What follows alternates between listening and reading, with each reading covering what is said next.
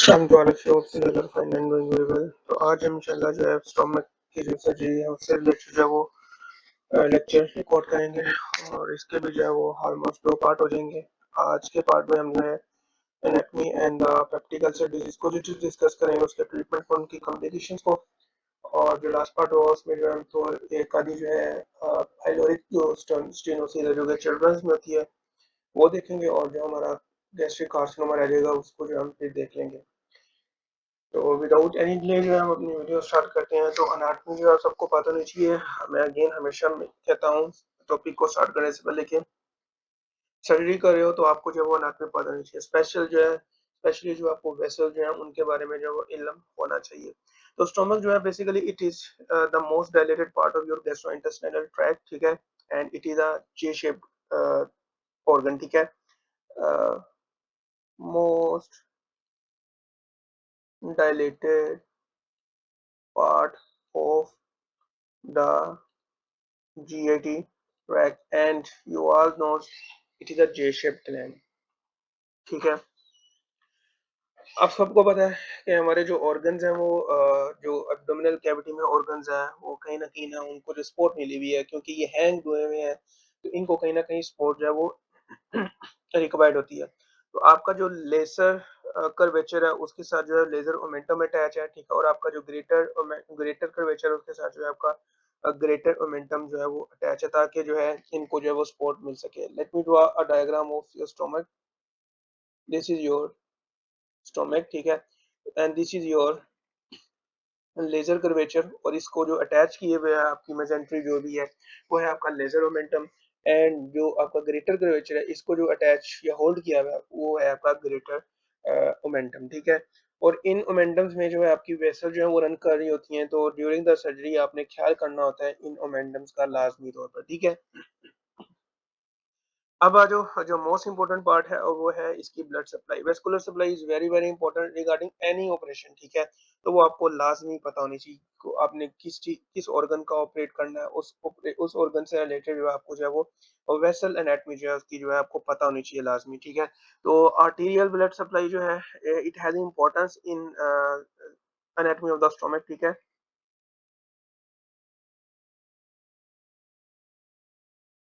ठीक है।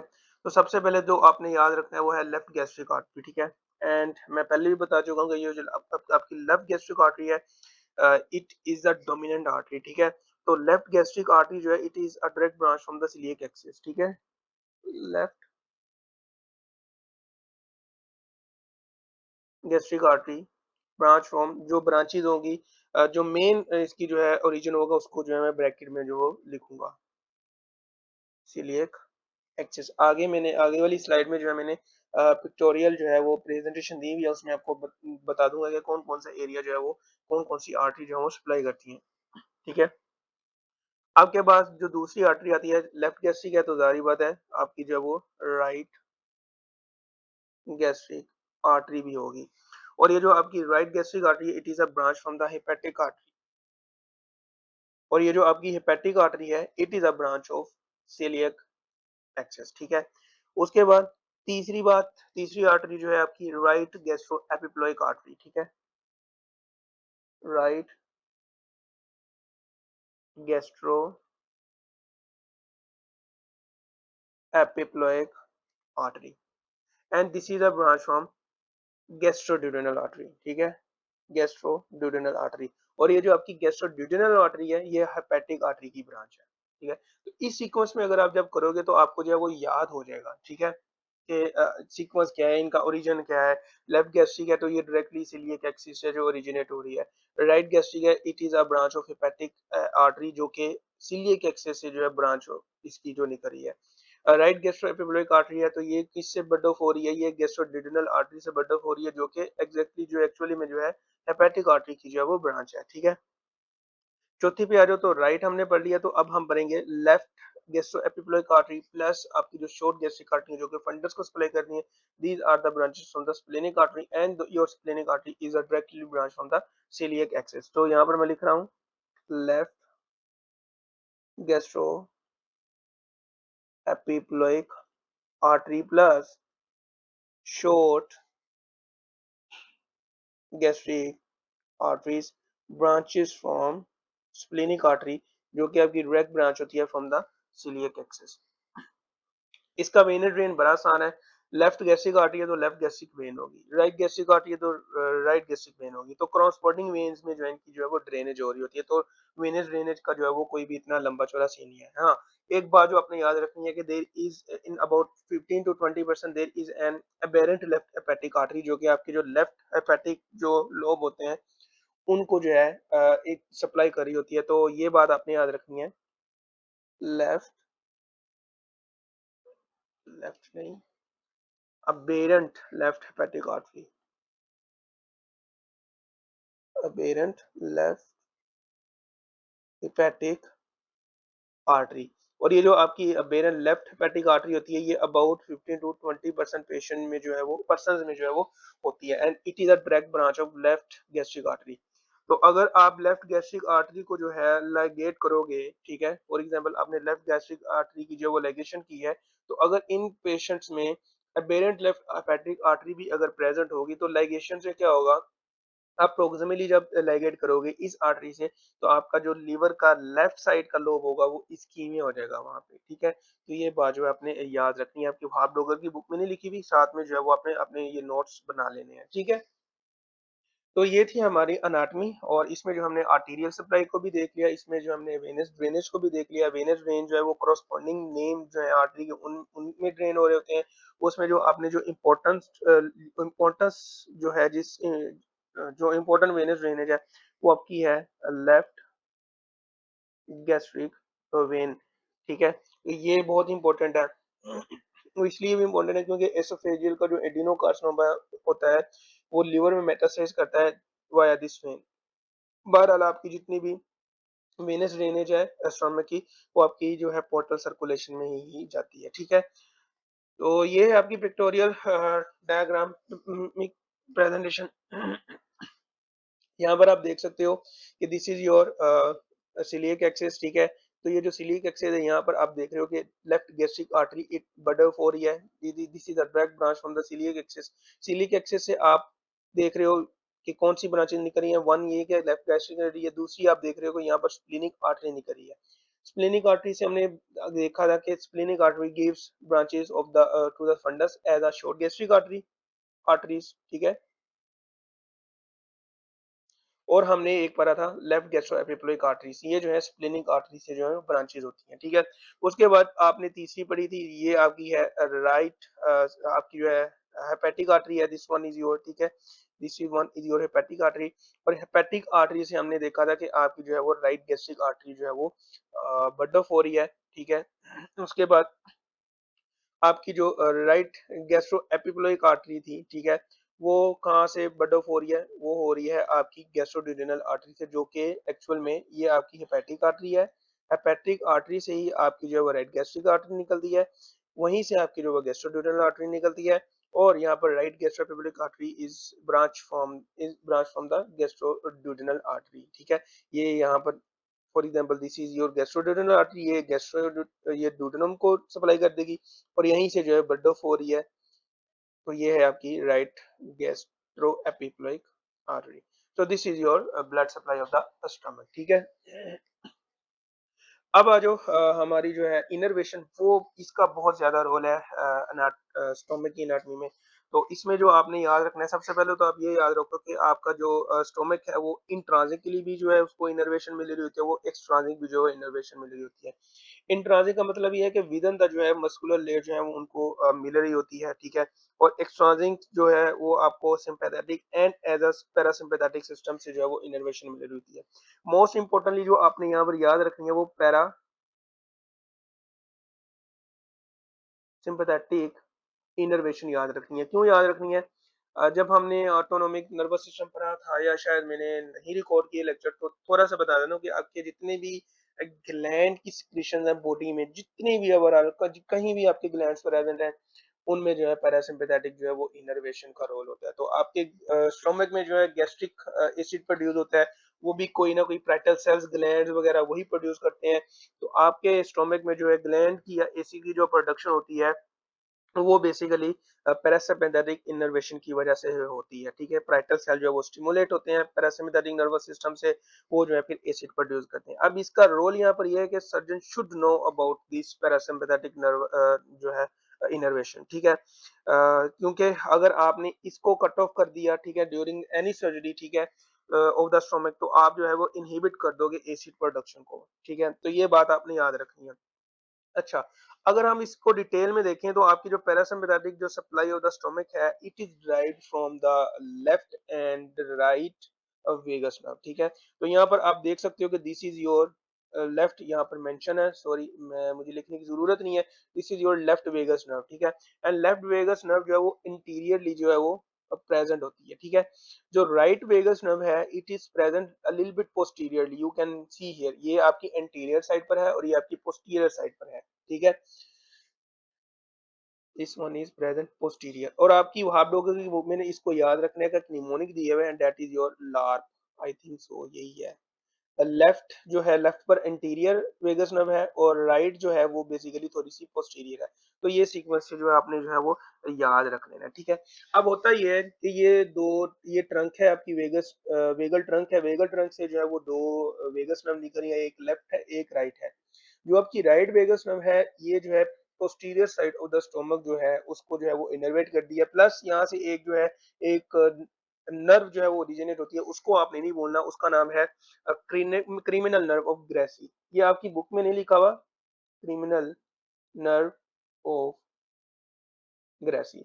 हम जो है complication of the peptic ulcer disease में इसको देखेंगे कि इसका क्या रोल है, लेकिन अभी तक के लिए आप सिर्फ इतना याद रख लो कि राइट वेगस नर्व जो है, जो कि पोस्टीरियर साइड पर जो है वो इनर्वेट करती है आपके स्टोमक को, उससे एक ब्रांच निकलती है जिसको हम कहते हैं क्रिमिनल नर्व ऑफ ग्रेसी। इसको हम क्रिमिनल नर्व ऑफ ग्रेसी क्यों कहते हैं, इसकी जो इंपॉर्टेंस है वो मैं कॉम्प्लिकेशन ऑफ द पीयूडी में जो है वो आपको बता दूंगा later on in this lecture, ठीक है।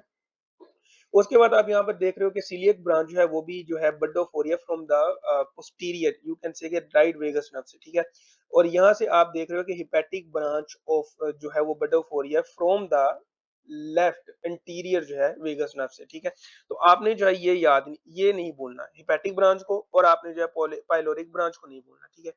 अब ये जो आपका वेगस नर्व है, इसका काम क्या है, इसका काम ये है, एक तो एसिड प्रोडक्शन करवाना, यहाँ पर मैं लिख रहा हूँ, एक ये बात आपने याद रखनी है क्योंकि पैरासिम्पैथेटिक इनर्वेशन है। दूसरी, आपका जो हेपेटिक ब्रांच जा रही है, ये हेपेटिक को भी इनर्वेट करेगी, ये आपकी जो है गॉल ब्लैडर को भी इनर्वेट करेगी, तो उनकी कॉन्ट्रैक्शन रिलैक्सेशन में जो इसका रोल है, ठीक है। ये चीजें मैं आपको बता रहा हूँ क्योंकि आगे आपने प्रोसीजर पढ़ना है बेगाटमी, ठीक है। उसमें आप ट्रंकल बेगाटमी करते हो, वो ट्रंकल बेगाटमी में आगे आपको कौन से कॉन्सिक्वेंसेस देखने को मिलते हैं, हाईली सिलेक्टिव में, सिलेक्टिव बेगाटमी में आपको कौन कौन से कॉन्सिक्वेंसेस देखने को मिलते हैं। तो जब आपको ये चीजें पता होंगी तभी आपको वो इजी लगेगा, अदरवाइज ये चीजें जो वो इजी नहीं लगेंगी, इसलिए मैं जो इसको बार बार एक्सप्लेन कर रहा हूँ, ठीक है। तो ये जो हेपेटिक ब्रांच है ये जा रही है, तो इसका मतलब है कि ये आपको जो है वो गाल ब्लैडर कॉन्ट्रैक्शन रिलैक्सेशन में जो है वो काम करेगा, लिवर को भी इनर्वेट करेगा। उसके बाद आपके जो स्टोमक है, इसकी बॉडी को ये इनर्वेट कर रही है, लेफ्ट वेगस नर्व, ठीक है। तो क्या करेगा, ये स्टोमक की जो वो रिलैक्सेशन में भी हेल्प करेगा, हेल्प्स इन स्टोमक रिलैक्सेशन, ठीक है। उसके बाद ये बेसिकली जो नर्व्स होती हैं इनको हम नर्व ऑफ लिटर जेट भी कहते हैं, ठीक है, ये बात याद रखनी है। ये जो आपके स्टोमक को इनर्वेट करती हैं इनको हम नर्व्स ऑफ लिटर जेट भी कहते हैं, नर्व ऑफ लेटर जेट, ठीक है। तो ये नर्व ऑफ लेटर जेट का फंक्शन क्या है, एक तो एसिड प्रोडक्शन करवाता है, ठीक है। एक क्या करता है, एक help in the stomach relaxation, जब आप फूड खाते हो तो जारी बात है आपका जो स्टोमक है ये एक एक्सपेंडेबल ऑर्गन है, ठीक है। तो ये जो है रिलैक्स होता है, ठीक है। उसके बाद आप यहाँ पर देख रहे हो कि आपको क्रोज लाइक ब्रांचेस नजर आ रही हैं इन नर्व्स की, क्रोज फुट, इनको हम क्रोज फुट कहते हैं। तो इनको हम कहते हैं क्रॉस फुट ब्रांचेस, ठीक है। Crow's foot branches of the nerve of Latarjet. ये क्यों इंपॉर्टेंट है, इसकी इंपॉर्टेंस है आगे हाईली सिलेक्टिव एगाटमी में, ठीक है। उसके बाद आप यहाँ पर देख रहे हो कि पाइलोरिक ब्रांच जो है वो भी पाइलोरस को जो है वो इनर्वेट कर रही है। अब यहाँ पर भी इसका रोल है, आगे जब हम विगोटमी करेंगे, ठीक है। अब यहाँ पर इसका क्या रोल है, इसका यहाँ पर ये रोल है कि ये पाइलोरिक स्फिंक्टर को जो है वो सप्लाई कर रहा होता है, कॉन्स्ट्रिक्शन रिलैक्सेशन जो है इसके अंडर हो रही होती है, ठीक है। तो अगर आप ये नर्व जो है वो डैमेज करोगे तो आपका पाइलोरस जो है वो कंस्ट्रिक्ट होकर रह जाएगा, ठीक है। जब कंस्ट्रिक्ट होकर रह जाएगा तो फिर जो है आपको ऑब्स्ट्रक्शन लाइक सिम्टम जो है वो देखने को मिलेगी। So this is all about from the uh, nerve innervation of the stomach। तो ये बातें जो है आपने नहीं बोलनी, ठीक हो गया। अब आ जाओ, नेक्स्ट टॉपिक है हमारा and that is gastritis. And gastritis ये बेसिकली हम थोड़ा रफली जो है रिव्यू करेंगे। आपको इसमें से इतने एमसीक्यूज नहीं पूछे जाते, लेकिन हम जो है फिर भी इसकी तरफ जो है वो जाएंगे। इसकी पहली टाइप पर आ जाए। सबसे पहले तो आपको पता नहीं चाहिए कि व्हाट इज गैस्ट्राइटिस। तो gastritis it is the inflammation of the mucosa of the stomach, ठीक है। इसकी डिफरेंट रीजन है और उन्हीं डिफरेंट रीजन की बुनियाद पर जो है इनकी टाइप्स हैं। The first one type is your type A gastritis. Type A gastritis. Type A gastritis is basically an autoimmune disorder। Autoimmune disorder है तो होता क्या है कि ऑटोइम्यून डिसऑर्डर में आपकी जो एंटीबॉडीज हैं अगेंस्ट द पैराइटल सेल्स बनती हैं and against the intrinsic factor बनती है। Antibodies are form against the parietal cells and intrinsic factor, ठीक है। अब हुआ क्या कि जब एंटीबॉडीज इनके अगेंस्ट बन जाएंगी तो आपके पैराइटल सेल जो है वो एसिड प्रोडक्शन करवाते हैं, तो एसिड प्रोडक्शन नहीं होगी। एक ये बात, अगर एसिड प्रोडक्शन नहीं होगी तो आपको जो है वो ए कलर एरिया देखने को मिल जाएगा,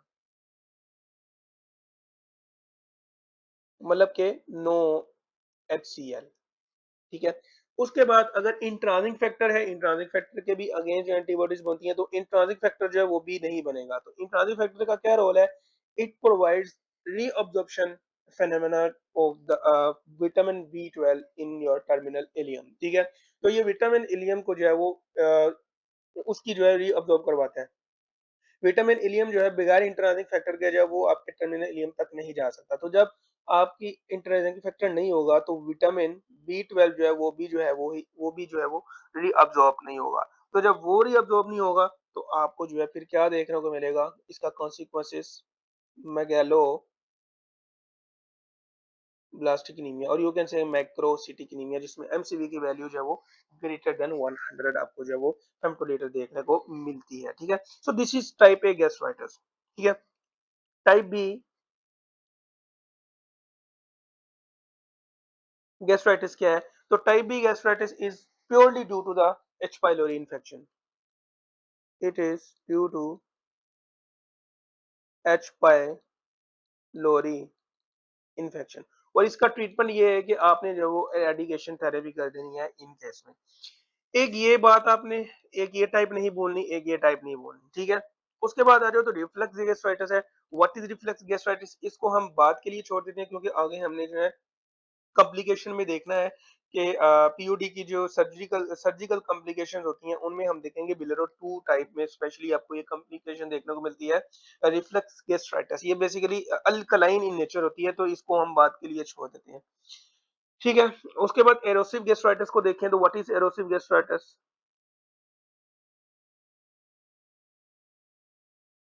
एरोसिव गैस्ट्राइटिस का मतलब ये नहीं है किसी बंदे ने एसिड इंजेस्ट किया है या अल्कली इंजेस्ट किया है या उसकी वजह से एरोजन हुई है, नहीं।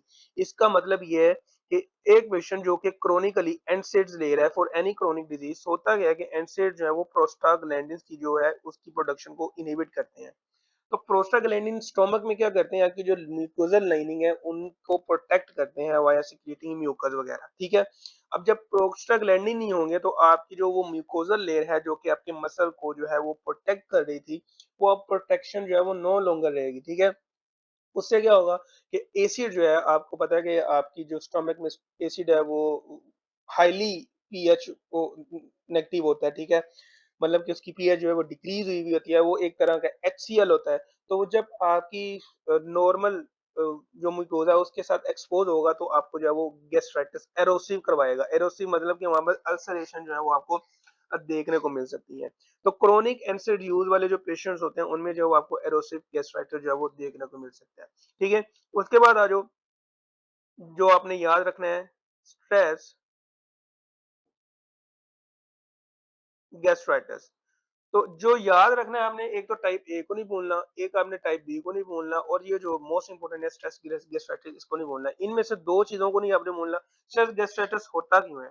बेसिकली स्ट्रेस गैस्ट्राइटिस उन पेशेंट्स में होता है जो कि स्ट्रेस लेते हैं, उसके नाम से ही आपको पता चलेगा। ठीक है, अब जो ये स्ट्रेस लेते हैं उनमें क्या होता है, या फिजियोलॉजिकल स्ट्रेस भी होता है और ये पैथोलॉजिकल स्ट्रेस भी होता है। ठीक है, फिजियोलॉजिकल स्ट्रेस आपको मोस्ट कॉमनली जो है बर्न के पेशेंट्स में देखने को मिलता है। तो बर्न के पेशेंट्स में क्या होता है, बर्न के पेशेंट में जो वो फ्लूइड जो है वो उसका डिहाइड्रेटेड हुए होते हैं। ठीक है, फ्लूइड लीकेज हुई हुई होती है, जिसकी वजह से ये पेशेंट हाइपोवोलेमिक होते हैं, हाइपोवोलेमिक होते हैं। जब हाइपोवोलेमिक होंगे तो मतलब कि सर्कुलेटरी जो इनफ्लो है ब्लड का वो भी डिक्रीज होगा, डिक्रीज ब्लड फ्लो। ठीक है, तो ब्लड फ्लो डिक्रीज होगा तो स्टोमक में जो आर्टीरियल सप्लाई है वो भी डिक्रीज हो जाएगी। जब वो डिक्रीज हो जाएगी तो वहां पर जो है वो इस्कीमिया आपको जो है वो देखने को मिलेगा। ठीक है, तो जब इस्कीमिया देखने को मिलेगा तो वहां पर स्पेशल काइंड ऑफ अल्सर बनेंगे जिनको हम कहते हैं कर्लिंग अल्सर्स। ठीक है,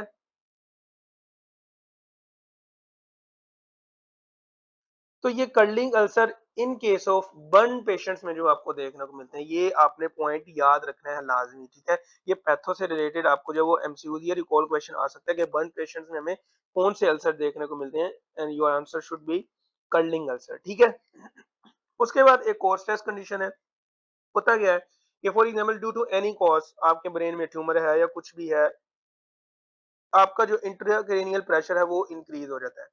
जब इंट्राक्रेनियल प्रेशर इंक्रीज होगा, होगा क्या कि ये वेगस नर्व को जो वो स्टिमुलेट करेगा, स्टिमुलेट वेगस नर्व। तो जब वेगस नर्व को स्टिमुलेट करेगा तो हम पीछे अभी पढ़ के आ रहे हैं, वेगस वेगस नर्व जो है आपकी बेसिकली एचसीएल की प्रोडक्शन करवाती है to via stimulating the parietal cells. ठीक है, तो ये क्या करेंगे, पाइटल सेल को स्टिमुलेट करेंगे, आगे ये भाई सब क्या करेंगे, इंक्रीज प्रोडक्शन ऑफ एचसीएल करवा देगा। तो जब इंक्रीज प्रोडक्शन ऑफ एचसीएल करवा देगा तो वहां अल्सर होंगे, वहां अल्सर होंगे। तो in case of increase intracranial pressure आपको जो अल्सर देखने को मिलते हैं वो कुशिंग अल्सर देखने को मिलते हैं। अब कुशिंग अल्सर लोग भूल जाते हैं कि कर्लिंग अल्सर कहाँ पर होते हैं, कुशिंग अल्सर कहाँ पर होते हैं। तो इसका सिर्फ एक ही याद रखना है कि कुशिंग ट्रायड आप इंट्राक्रेनियल प्रेशर के पेशेंट में देखते हो, तो इसी केस में आपको जो है कुशिंग अल्सर देखने को मिलते हैं। बस ये ही याद रख लो, इससे आपको याद होना चाहिए। अब जो है जिंदगी भर जो है ये बात भूलनी नहीं चाहिए कि कुशिंग अल्सर कहाँ पर होते हैं, किन पेशेंट में होते हैं, और कर्लिंग अल्सर जो है वो किन पेशेंट में होते हैं। इंट्राक्रेनियल प्रेशर प्रेशर की जो ट्रायड है, ठीक है, इसकी सिम्टम्स की ट्रायड है, उसको हम कुशिंग ट्रायड कहते हैं, और उसी में जो आपको कुशिंग अल्सर जो है वो देखने को मिलते हैं। तो इस तरह से आपने जो है वो याद रख लेना है। ठीक है, इसका ट्रीटमेंट क्या है, इसमें जो है इसका ट्रीटमेंट आप पीपीआई दे सकते हो। आपने एसिड प्रोडक्शन को जो है कम करना है दोनों केसेस में, क्योंकि यहाँ पर आपकी जो है इस्कीमिया हुआ है, इस्कीमिया होगा तो वॉल जो है वो एसिड से एक्सपोज होगी, वहां पर भी एसिड का रोल हो सकता है। यहाँ पर वेगस नर्व स्टिमुलेट करिए, इंक्रीज प्रोडक्शन ऑफ एचसीएल करिए, तो यहाँ पर भी जो है एसिड का रोल है। तो आपने जो है वो पीपीआई या H2 ब्लॉकर जो है वो दे देने इन पेशेंट्स में। ठीक है, एंड रिमेंबर वन थिंग कि आपने इन पेशेंट्स में, क्योंकि ये स्ट्रेस पेशेंट्स होते हैं, जो सर्जिकल पेशेंट्स होते हैं जिनमें आपने सर्जरी परफॉर्म करनी है, हर कोई सर्जरी का जो पेशेंट होता है वो स्ट्रेस लेता है। ठीक है, तो उन पेशेंट्स में जो है आपने प्रोफिलैक्टिकली जो है वो पीपीआई और H2 ब्लॉकर जो है वो उनको देने ही देने होते हैं। ठीक है, और वो पेशेंट्स जो कि आईसीयू में एडमिटेड है ऑलरेडी, उनमें भी आपने प्रोफिलैक्टिकली जो है वो पीपीआई एंड H2 ब्लॉकर जो है वो देने होते हैं। ठीक है, उसके बाद आ जाओ, तो मैनिटेरियल डिजीज है।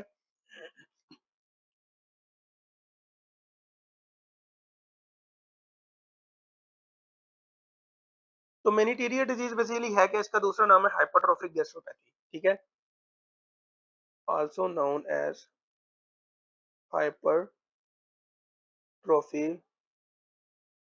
गैस्ट्रोपैथी। ठीक है, तो नाम से पता चल रहा है कि आपके जो स्टोमक के जो म्यूकोजल फोल्ड्स होते हैं उनकी जो है वो हाइपरट्रोफी हो जाती है, and it is characterised by hypertrophy of the gastric mucosal fold, gastric mucosal fold hypertrophy that will lead to the increased mucus production. Increase mucus production.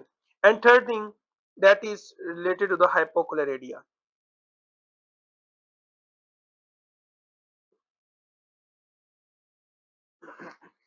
ठीक है, and this condition is associated with anemia.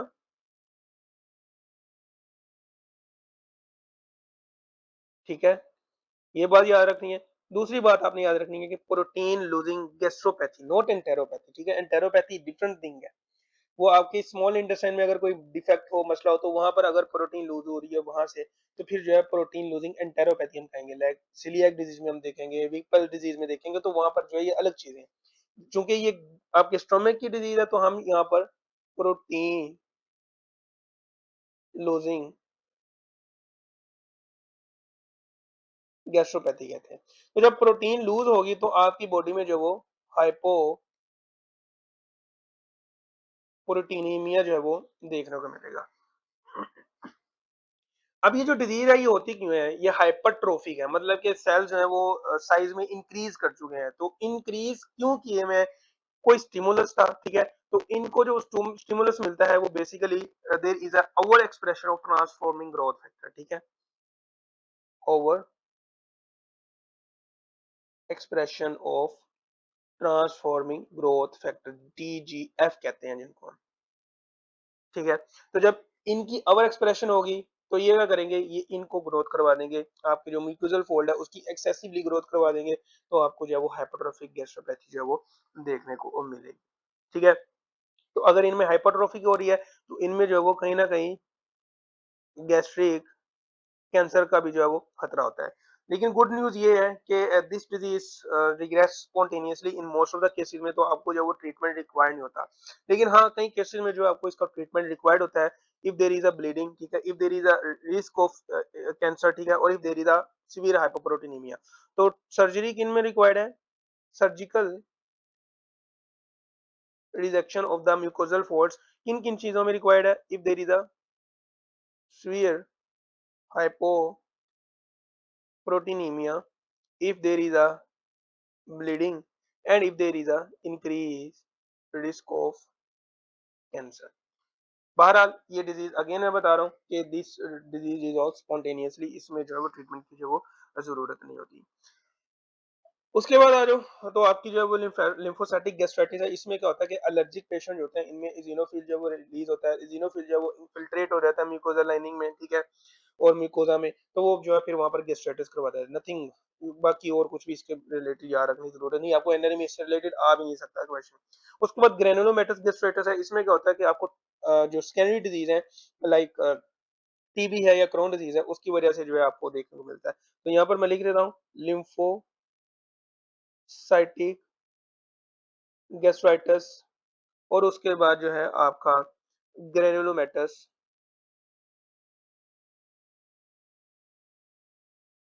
Gastritis. ये TB की वजह से हो सकता है, crown disease की वजह से हो सकता है। आगे हम देखेंगे what is Crohn disease. Basically इसमें भी जो वो ग्रेनुलोमास बनते हैं, तो दैट्स व्हाई इस वजह से जो है इसको ग्रेनुलोमेटस गैस्ट्राइटिस कह सकते हैं। ठीक है, so this is are from the gastritis. इसके हमने सारी टाइप्स पढ़ ली। अगेन मैं बता रहा हूँ एमसीक्यूज पॉइंट ऑफ व्यू से इतना कुछ इंपॉर्टेंट नहीं है, लेकिन हाँ, आपने जो टाइप ए गैस्ट्राइटिस को देख लेना है, आपने टाइप बी गैस्ट्राइटिस को भी देख लेना है, आपने स्ट्रेस गैस्ट्राइटिस को देख लेना है, एरोसिव गैस्ट्राइटिस को देख लेना है कि एनसेड एसोसिएटेड होता है। आपने ये छोटे छोटे एमसीक्यूज आपसे जो है पूछे जा सकते हैं। मेंटेरियल डिजीज के बारे में नहीं आपको पूछा जाएगा, लेकिन फिर भी जो है वो आपको, आपने इससे जो एक मरतबा गो थ्रू हो जाना है। ये आपने वहाबोगर सी बुक से जब आप करोगे तो आपके लिए जो वो चीजें इजी हो जाएंगी। ठीक है, अब आ जाओ what is peptic ulcer disease. तो पेप्टिक अल्सर डिजीज है क्या? तो पेप्टिक अल्सर डिजीज ये है कि आपके गैस्ट्रिक म्यूकोजा और जो ड्यूडेनम का म्यूकोजा है उसमें जो है वो म्यूकोजल लाइनिंग जो है वो डैमेज हो जाना। ठीक है, and that is extended into the sub mucosa. ठीक है, damaging of mucosal lining and extended up to some mucosa, or in some severe cases that,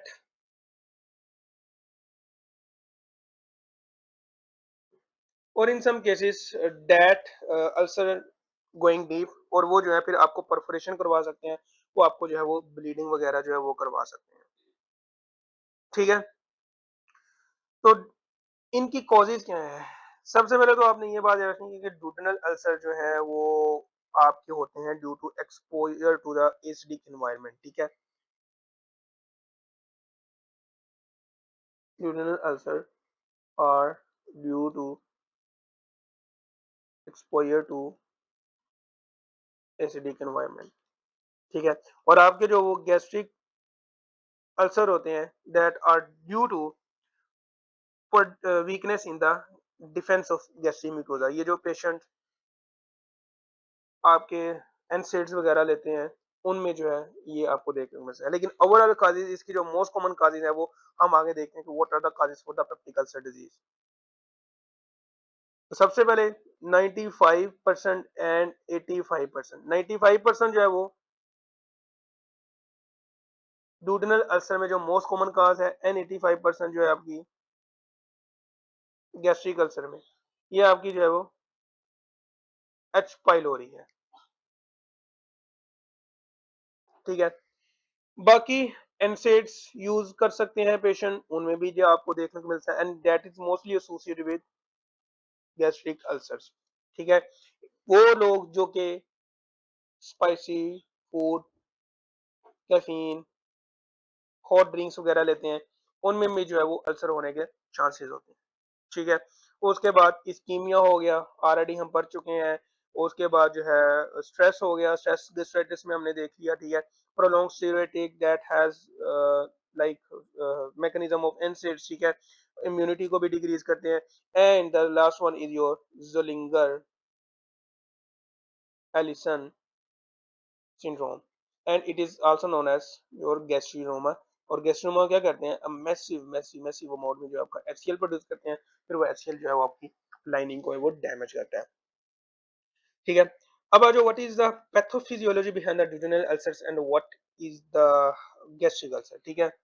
तो सबसे पहले तो हम देखेंगे व्हाट इज ड्यूडेनल अल्सर। तो ड्यूडेनल अल्सर जो है बेसिकली आपके मोस्ट कॉमनली फर्स्ट पार्ट पर होते हैं, most commonly occurs in the first part of duodenum, ठीक है? ये एंटीरियरली भी हो सकते हैं, ये पोस्टीरियरली भी हो सकते हैं। इफ प्रेजेंट एंटीरियरली तो ये परफोरेशन करवा सकते हैं। जब परफोरेशन करवाएंगे तो वो जो आपका कंटेंट है, आपके जो एसिड कंटेंट है आपके ड्यूडेनम पे, वो लीक आउट हो सकता है, एब्डोमिनल कैविटी में जा सकता है, तो वो आपको पेरिटोनिटिस करवा सकता है। खाते वक्त आप थोड़ी सी हवा भी अंदर ले जाते हो तो आपको जो एयर अंडर द डायाफ्राम भी देखने को मिल सकती है। और यही अल्सर अगर पोस्टीरियरली प्रेजेंट हो तो पोस्टीरियर साइड पर आपकी एक आर्टरी गुजर रही होती है जिसका नाम है गैस्ट्रोड्यूडेनल आर्टरी। तो that ulcer bleeds into this artery.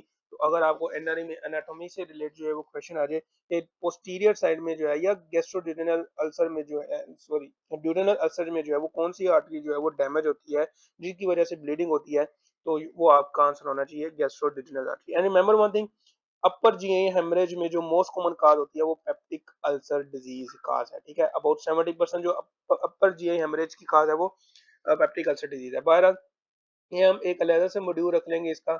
आपके वार्डोगरी बुक में अपर जीआई हेमरेज से रिलेटेड नहीं लिखा हुआ, लेकिन हम जो इसको डिस्कस करेंगे लाजमी करेंगे इसको भी डिस्कस, ठीक है? तो इसको हम इंशाल्लाह थर्ड पार्ट में जो है वो देखेंगे क्या होता है क्या नहीं, ठीक है? उसके बाद आ जाओ, तो आपका जो ड्यूडेनम है, अगर यहाँ पर अल्सर बन चुका है तो अल्सर जो है वो इन्फ्लेमेशन करवाएगा। इन्फ्लेमेशन करवाएगा तो जाहिर बात है इन्फ्लेमेशन की आगे सिक्रीज होती हैं, क्रोनिक इन्फ्लेमेशन में कन्वर्ट हो जाना या फाइब्रोसिस करवा देना। तो अगर यहाँ पर फाइब्रोसिस हो जाएगी तो गैस्ट्रिक आउटलेट ऑब्स्ट्रक्शन आपको कर वो देखने को मिल सकती है, गैस्ट्रिक आउटलेट ऑब्स्ट्रक्शन देखने को जो है वो मिल सकती है, ठीक हो गया? उसके बाद जब ये पेशेंट आते हैं स्पेशली ड्यूडेनल अल्सर के, ये कहते हैं कि जब हम खाना खाते हैं तो हमारी जो पेन है वो डिक्रीज हो जाती है। इसलिए आपने याद रखना है कि डी से डिक्रीज और डी से ड्यूडेनल अल्सर। तो ड्यूडेनल अल्सर के जो पेशेंट होते हैं, पेन डिक्रीज विद फूड। तो जब फूड से डिक्रीज़ होगी तो ये पेशेंट क्या करेंगे, ये उस दर्द को ख़त्म करने के लिए वो ज़्यादा खाना खाएँगे। तो ये मोस्टली जो पेशेंट आपको ओबीज़ देखने को मिलेंगे, ठीक है? दूसरी बात, इन पेशेंट में ये जो पेन होती है ये मोस्टली जो है ये रात के पिछले पैर में आपको जो है वो देखने को मिलती है। क्यों? क्योंकि रात को सोते वक़्त तो बंदा खा नहीं रहा होता, तो पेन जो है मोस्टली आपको एट नाइट जो है वो देखने को मिलती है। ठीक है? तो ये बातें जो है, कुछ बातें आपने ड्यूडेनल अल्सर से रिलेटेड जो है वो याद रखनी है। अब आ जाओ व्हाट इज़ गैस्ट्रिक अल्सर, तो गैस्ट्रिक अल्सर जो है बेसिकली इट यूजुअली लार्ज, ये लार्ज होता है, ठीक है? And it involves most commonly lesser curvature of the stomach, ठीक है? Most commonly involve lesser curvature of stomach, ठीक है?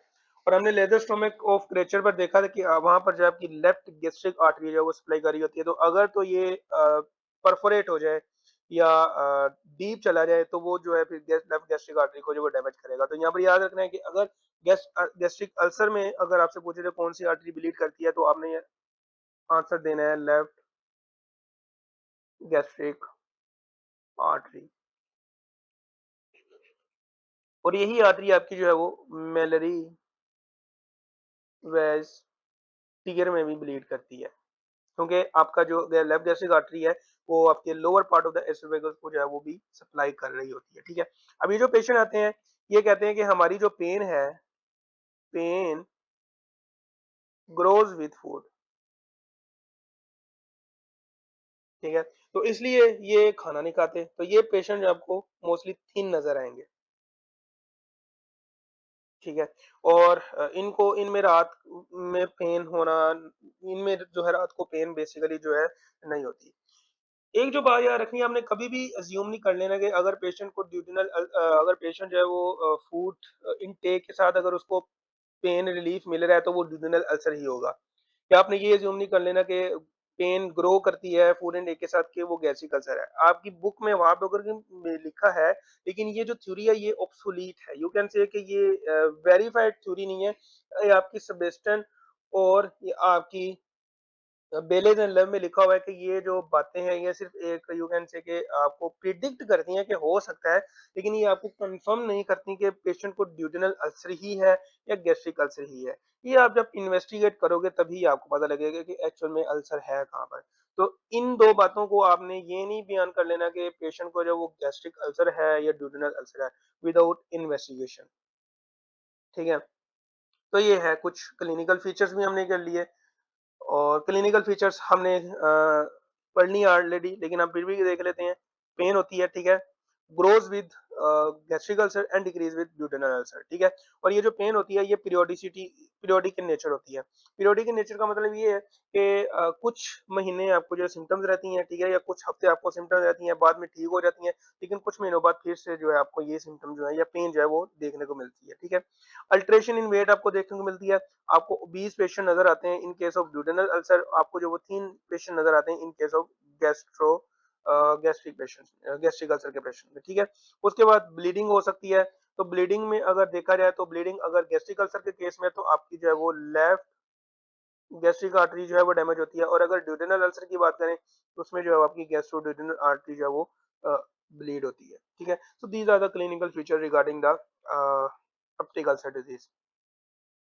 अब आ जाओ इन्वेस्टिगेशंस पर, तो इन्वेस्टिगेशन में सबसे पहले जो है अगर आपके पास एक पेशेंट आता है तो यंग पेशेंट जो है टिपिकली एपिगेस्ट्रिक पेन के साथ जो है प्रेजेंट करते हैं आपके पास, डिस्पेप्सिया के साथ प्रेजेंट करते हैं, जो एसिडिटी होती है, हार्टबर्न होता है जिसको हम डिस्पेप्सिया कहते हैं, ठीक है? उनको सबसे पहले आपने जो है एम्पिरिकली जो है वो पीपीआई से जो वो ट्रीट करना होता है। Young patient should be treated with PPI initially, ठीक है? जैसे हमने गट का ट्रीटमेंट किया था ना, कि गट के ट्रीटमेंट में सबसे पहले हमने जो है वो इन्वेस्टिगेट नहीं करना होता है। अगर एक पेशेंट हमारे पास उन सिम्टम को लेकर आए, हमने पहले जो उसको एम्पिरिकली ट्रीट करना होता है। इसी तरह इन पेशेंट को भी जो है अगर यंग है, ठीक है, हमने जो है वो पीपीआई का एम्पिरिकली जो है उनको एम्पिरिकली जो है पीपीआई देने हैं, ठीक है? अगर पेशेंट 45 ईयर से अबव एज है या पेशेंट जो है वो अलार्मिंग सिम्टम के साथ जो है वो प्रेजेंट करता है, तो आपने जो है फिर अपर जीआई एंडोस्कोपी करनी है, ठीक है? Upper GI endoscopy. और ये जो आपकी अपर जी है endoscopy, it is a gold standard. ठीक है, ये आपको बता दें कि आया कि अल्सर जो है वो गैस्ट्रा में, गैस्ट्रिक म्यूकोजा में है या ड्यूडेनल म्यूकोजा में है। ठीक है, और एक बात याद रखनी है कि ड्यूरिंग द एंडोस्कोपी अगर तो आपका जो अल्सर है वो गैस्ट्रिक म्यूकोजा में हुआ तो आपने जो बायोप्सी भी कर लेनी है। ठीक है, because of gastric ulcer most commonly जो है वो गैस्ट्रिक कैंसर के साथ भी जो है वो एसोसिएट होते हैं, तो आपने gastric in case of gastric ulcer आपने जो है वो साथ ही जो है बायोप्सी भी जो है कर लेनी है। ठीक है, उसके बाद हमने मोस्ट कॉमन काज पढ़ी कि गैस्ट्रिक पेप्टिक अल्सर डिजीज में जो मोस्ट कॉमन काज है वो एच पाइलोरी है। तो एच पाइलोरी को जो है आपने डिटेक्ट करना होता है। ठीक है, अब ये जो एच पाइलोरी है इसको हम डिटेक्ट कैसे कर सकते हैं? एक टेस्ट है आपका सीएलओ टेस्ट। ठीक है, इसमें आप क्या करते हो, आप जो गैस्ट्रिक या जहाँ कहीं भी आपको जो अल्सर है वहां से जो है आप बायोप्सी लेते हो। ठीक है, आप बायोप्सी लेके जो है वो आप एक मीडियम में रखते हो डेट कंटेन्स यूरिया। ठीक है, आप सबको पता है कि आपका जो एच पाइलोरी है ये यूरिएज पॉजिटिव होता है। ठीक है, तो ये यूरिएज पॉजिटिव क्या करते हैं कि यूरिया को कन्वर्ट करता है into the ammonia and CO2। ठीक है, अब ये जो अमोनिया को अमोनिया बनाता है, ये अमोनिया जो बेसिकली इसको प्रोटेक्ट करता है from the acidic environment. So that's why ये जो एच पाइलोरी है इस तरह से जो है आपको गैस्ट्रिक अल्सर करवाता है। ठीक है, ये क्या करेगा, यूरियस क्या करेगा, अमोनिया में कन्वर्ट करेगा। ठीक है, अमोनिया में प्लस CO2 में। और ये जो अमोनिया है बेसिकली आपकी अल्कलाइन होती है। ठीक है, तो ये जो आपके मीडियम में पीएच पड़ी हुई है, ठीक है, जो कि जो मीडियम पर हुआ है उसकी पीएच को जो है वो चेंज कर देगा। ठीक है, तो आपको जो है वो अल्कलाइन जो है पीएच देखने को मिलेगी, मतलब कि पीएच आपको जो है वो इंक्रीज देखने को मिलेगी। ठीक है, उसके बाद एक और टेस्ट है इसी का ही एच पाइलोरी को डिटेक्ट करने का, और वो है आपका carbon 13 labelled urea breath test. ठीक है, इसमें आप क्या करते हो, बेसिकली आप जो है पेशेंट को जो है वो यूरिया लेबल्ड कार्बन 13 जो है वो इंजेस्ट करवाते हो। ठीक है, जारी बात है यूरिया है, तो यूरिया अगर आपकी पेट में जो है वो अगर एच पाइलोरी होगा तो वो जो यूरिया है आपका एच पाइलोरी जो है उसको कन्वर्ट कर देगा इनटू अमोनिया एंड CO2। और आप जो है वो 10 से 30 मिनट बाद जो है वो जो लेबल्ड आइसोटोप होगा कार्बन, ठीक है, उसको जो है आप ब्रेथ में जो है वो आप क्या कहते हो फाइंड कर लोगे, अगर तो पॉजिटिव हुआ, अगर नहीं हुआ तो फिर आपको जो वो नहीं देखने को मिलेगा। ठीक है, उसके बाद आप स्टूल टेस्ट कर सकते हो, और ये सबसे बेहतरीन है। ठीक है, और ये सेंसिटिव है, मोस्ट सेंसिटिव है। तो स्टूल टेस्ट में जो है वो एंटीजन जो है मिलते हैं एच पाइलोरी एंटीजन जो है वो देखने को मिलते हैं। ठीक है, उसके बाद आप हिस्टोलॉजी एंड कल्चर भी कर सकते हो। तो स्टेन यहाँ पर यूज कर सकते हो, आप स्टेन जो है आप यूज करते हो एच पाइलोरी को डिटेक्ट करने के लिए सिल्वर स्टेन। ये हमने आजकल बायो की जो है वो माइक्रोबायोलॉजी की सीरीज भी स्टार्ट की हुई है, तो उसमें हम इसको देखेंगे सिल्वर स्टेन से जो है वो कौन कौन से जो है वो बैक्टीरिया जो हम उनको स्टेन करते हैं, फंजाई कुछ फंजाइज हैं, कुछ जो है बैक्टीरिया जो है उनको जो है सिल्वर स्टेन से जो है वो स्टेन करते हैं। सो this is all from investigation के, हमने जो है इन्वेस्टिगेशन जो है वो क्या करनी है क्या नहीं। अब आ जाओ ट्रीटमेंट की तरफ। तो इसका ट्रीटमेंट क्या है? तो मेडिकल ट्रीटमेंट भी होता है इसका, और इसका जो है वो सर्जिकल ट्रीटमेंट भी है। तो मेडिकल ट्रीटमेंट में हमने पहले ही पढ़ा कि हमने जो है वो इसकी मोस्ट कॉमन कहा जो है वो एच पाइलोरी है, तो हमने जो है वो एच पाइलोरी इरेडिकेशन थेरेपी देनी होती है। ठीक है, उसके बाद हमने पेशेंट की जो वो लाइफस्टाइल मॉडिफिकेशन भी करनी है। ठीक है, हमने देखा कि एनसेड्स भी होता है, अगर पेशेंट एनसेड ले रहा है तो हमने उसको कहना है कि भाई एनसेड जो है वो, तो हमने उसका अल्टरनेटिव उसको जो है प्रिस्क्राइब कर देना है। उसके बाद अगर हॉट ड्रिंक्स ले रहा है, कैफीन ले रहा है, स्पाइस फूड्स ले रहा है, ठीक है, उनका इंटेक ज्यादा है, अल्कोहल ले रहा है, स्मोकिंग कर रहा है, तो हमने उनको भी जो है वो अवॉइड करने का कहना है। ठीक है, तो ये लाइफस्टाइल मॉडिफिकेशन साथ में करनी ही करनी है। विदाउट लाइफस्टाइल मॉडिफिकेशन आपका ट्रीटमेंट करना जो है वो बेकार जाएगा। आप सिर्फ ये कर रहे हो कि आप वो जो बंदा बाहर से कोई ऐसी उटंग-पटंग चीज़ें खा रहा है और साथ में मेडिसिन ले रहा है, तो वो जो मेडिसिन है बेसिकली उसके रोल उसको जो है वो एंटागोनाइज़ करेगी। ठीक है? जो आपकी बॉडी में ऑलरेडी अल्सर है उसको जो है वो ट्रीट नहीं करेगी। तो इसलिए लाइफ़स्टाइल मॉडिफिकेशन लाज़मी है। उनके बगैर जो है वो ट्रीटमेंट, वो लोग आते हैं ना कि भाई साहब हमने जो है दवाई भी खा ली है, हमारा ट्रीटमेंट नहीं हुआ सही, ये नहीं हुआ, फलाना हुआ, वो तो कसूर आ जाके डॉक्टर का निकलता है। तो भाई सबसे गुजारिश है, ये चाहे मेडिकल स्टूडेंट सुन रहा है वीडियो, चाहे आम इंसान देख रहा है, अगर उसकी फीड में आज गई है, तो भाई साहब मॉडिफिकेशन, अगर आपने डॉक्टर की बातों में अमल नहीं ना करना, अगर डॉक्टर कह रहा है कि भैया आपने ये चीजें क्विट करनी है, तो उनका मतलब है करनी ही करनी है। अभी जो हार्ट के पेशेंट होते हैं ये स्मोकिंग करते हैं, एंड स्मोकिंग जो है वो इंजरी खास करती है, वेस्कुलर इंजरी खास करती है, ठीक है। एंडोथेलियल एक्सपोज होता है आपकी बॉडी में, आरएडी कोलेस्ट्रॉल ज्यादा होता है, वहां पर एथेरोस्क्लेरोसिस हो जाती है। और स्मोकिंग क्विट करना जो है, खाली स्मोकिंग क्विट करने से जो है आप फ्यूचर कार्डिक जो है आपको जो एमआई है, आप अबाउट अप्रोक्सीमेटली 50% तक जो है वो अटैक्स को रोक सकते हो। तो ये फायदा होता है मॉडिफिकेशन का, ठीक है। लेकिन अगर मॉडिफिकेशन नहीं करनी तो चाहे आप स्टैटिन लेते रहो, चाहे आप एट्रोवास्टेटिन लेते रहो, चाहे आप एस इनहिबिटर्स लेते रहो, कार्डिक रिमॉडलिंग ड्रग्स लेते रहो, कुछ भी लेते रहो, उनका कोई फायदा नहीं है अगर आपने साथ में मॉडिफिकेशन नहीं करनी। बहरहाल हमारा टॉपिक कुछ और है, हम किसी और तरफ स्किप हो गए हैं। तो आपने मेडिकल ट्रीटमेंट में जो है एच पाइलोरी इरेडिकेशन थेरेपी करनी है विद लाइफस्टाइल मॉडिफिकेशन, और ये स्ट्रिक्टली करनी है। अगर नहीं करनी तो सीधी सी बात है उनको, भाई you can change the doctor, हमारे पास आने की जरूरत नहीं है, क्योंकि एट द एंड उन्होंने ब्लेम आप पर ही डालना है कि आपने हमें जो दवाई है वो ठीक से नहीं दी। अच्छा, इसका जो रजीम है वो क्या है, आपने पीपीआई देने हैं, ठीक है। उसके बाद आपने जो वो क्लेरिथ्रोमाइसिन, ठीक है, एक आपने पीपीए देना है, और साथ में जो है वो दो आपने जो है वो एंटीबायोटिक्स में ऐड कर देनी है, और दूसरा है एमोक्सिसिलिन।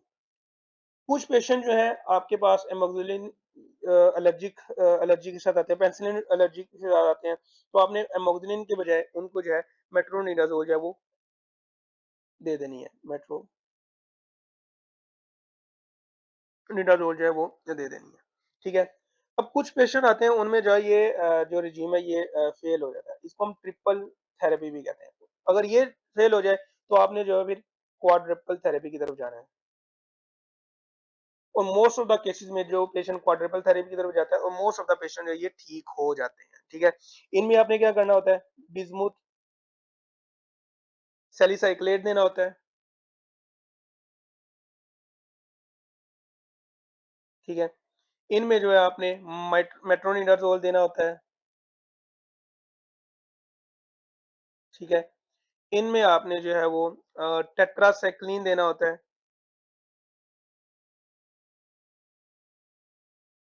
प्लस आपने जो पीपीए देना होता है। इसमें 4 ड्रग्स शामिल हैं, ये आपने इन पेशेंट में देनी है if there is a failure of triple therapy regime of the eradication therapy of the H pylori, ठीक है।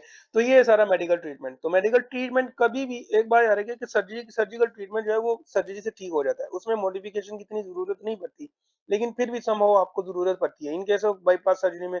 अगर सर्जरी हो जाए बाद में ही पेशेंट जो है स्मोकिंग करता रहे, फिर दोबारा चांसेस ना होंगे, ठीक है। लेकिन मेडिकल ट्रीटमेंट कभी भी आप दोगे तो उसके साथ जो है मॉडिफिकेशन लाजमी होगी, ठीक है। डिजीज के अकॉर्डिंग जो डिजीज है उसके साथ जो है मॉडिफिकेशन भी लाजमी हो, ठीक है।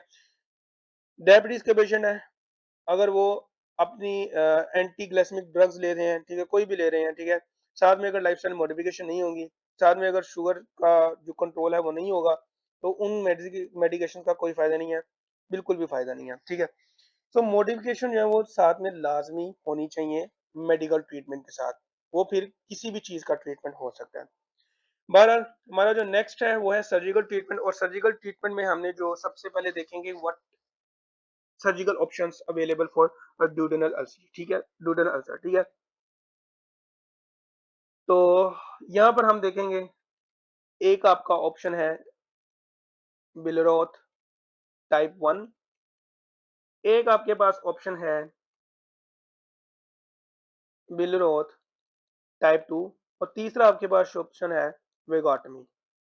हमने पहले भी देखा पीछे हम पढ़ के आए हैं कि आपका जो ड्यूडेनल अल्सर मोस्टली जो होते हैं वो due to the acid exposure की वजह से जो है आपके होते हैं, काजिज उसकी एच पाइलोरी है लेकिन वो एसिड एक्सपोजर मोस्टली जो है एसिड एक्सपोजर की वजह से होते हैं। एच पाइलोरी वहां पर इन्फेक्शन करवाएगा, वो एरिया में जब इन्फेक्शन होगा तो वो जो आपका एसिड आ रहा है वो डैमेज करेगा, वो अल्सर करेगा, ठीक है। तो अल्सर का यहाँ पर रोल होता है, ठीक है, प्लस एच पाइलोरी।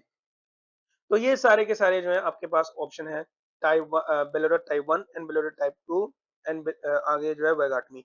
वेगाटमी में भी आपके पास 3 ऑप्शन है, या ट्रंकल वेगाटमी कर सकते हो, या आप जो है सिलेक्टिव वेगाटमी कर सकते हो, या आप हाईली सिलेक्टिव वेगाटमी जो है वो कर सकते हो, ठीक है। तो हम बारी बारी जो है इनको देखते हैं कि व्हाट इज बिलोरेट 1 एंड बिलोरेट 2। तो बिलोरेट 1 को मैं यहाँ पर पहले लिख लेता हूँ, आगे मैंने डायग्राम दी हुई है।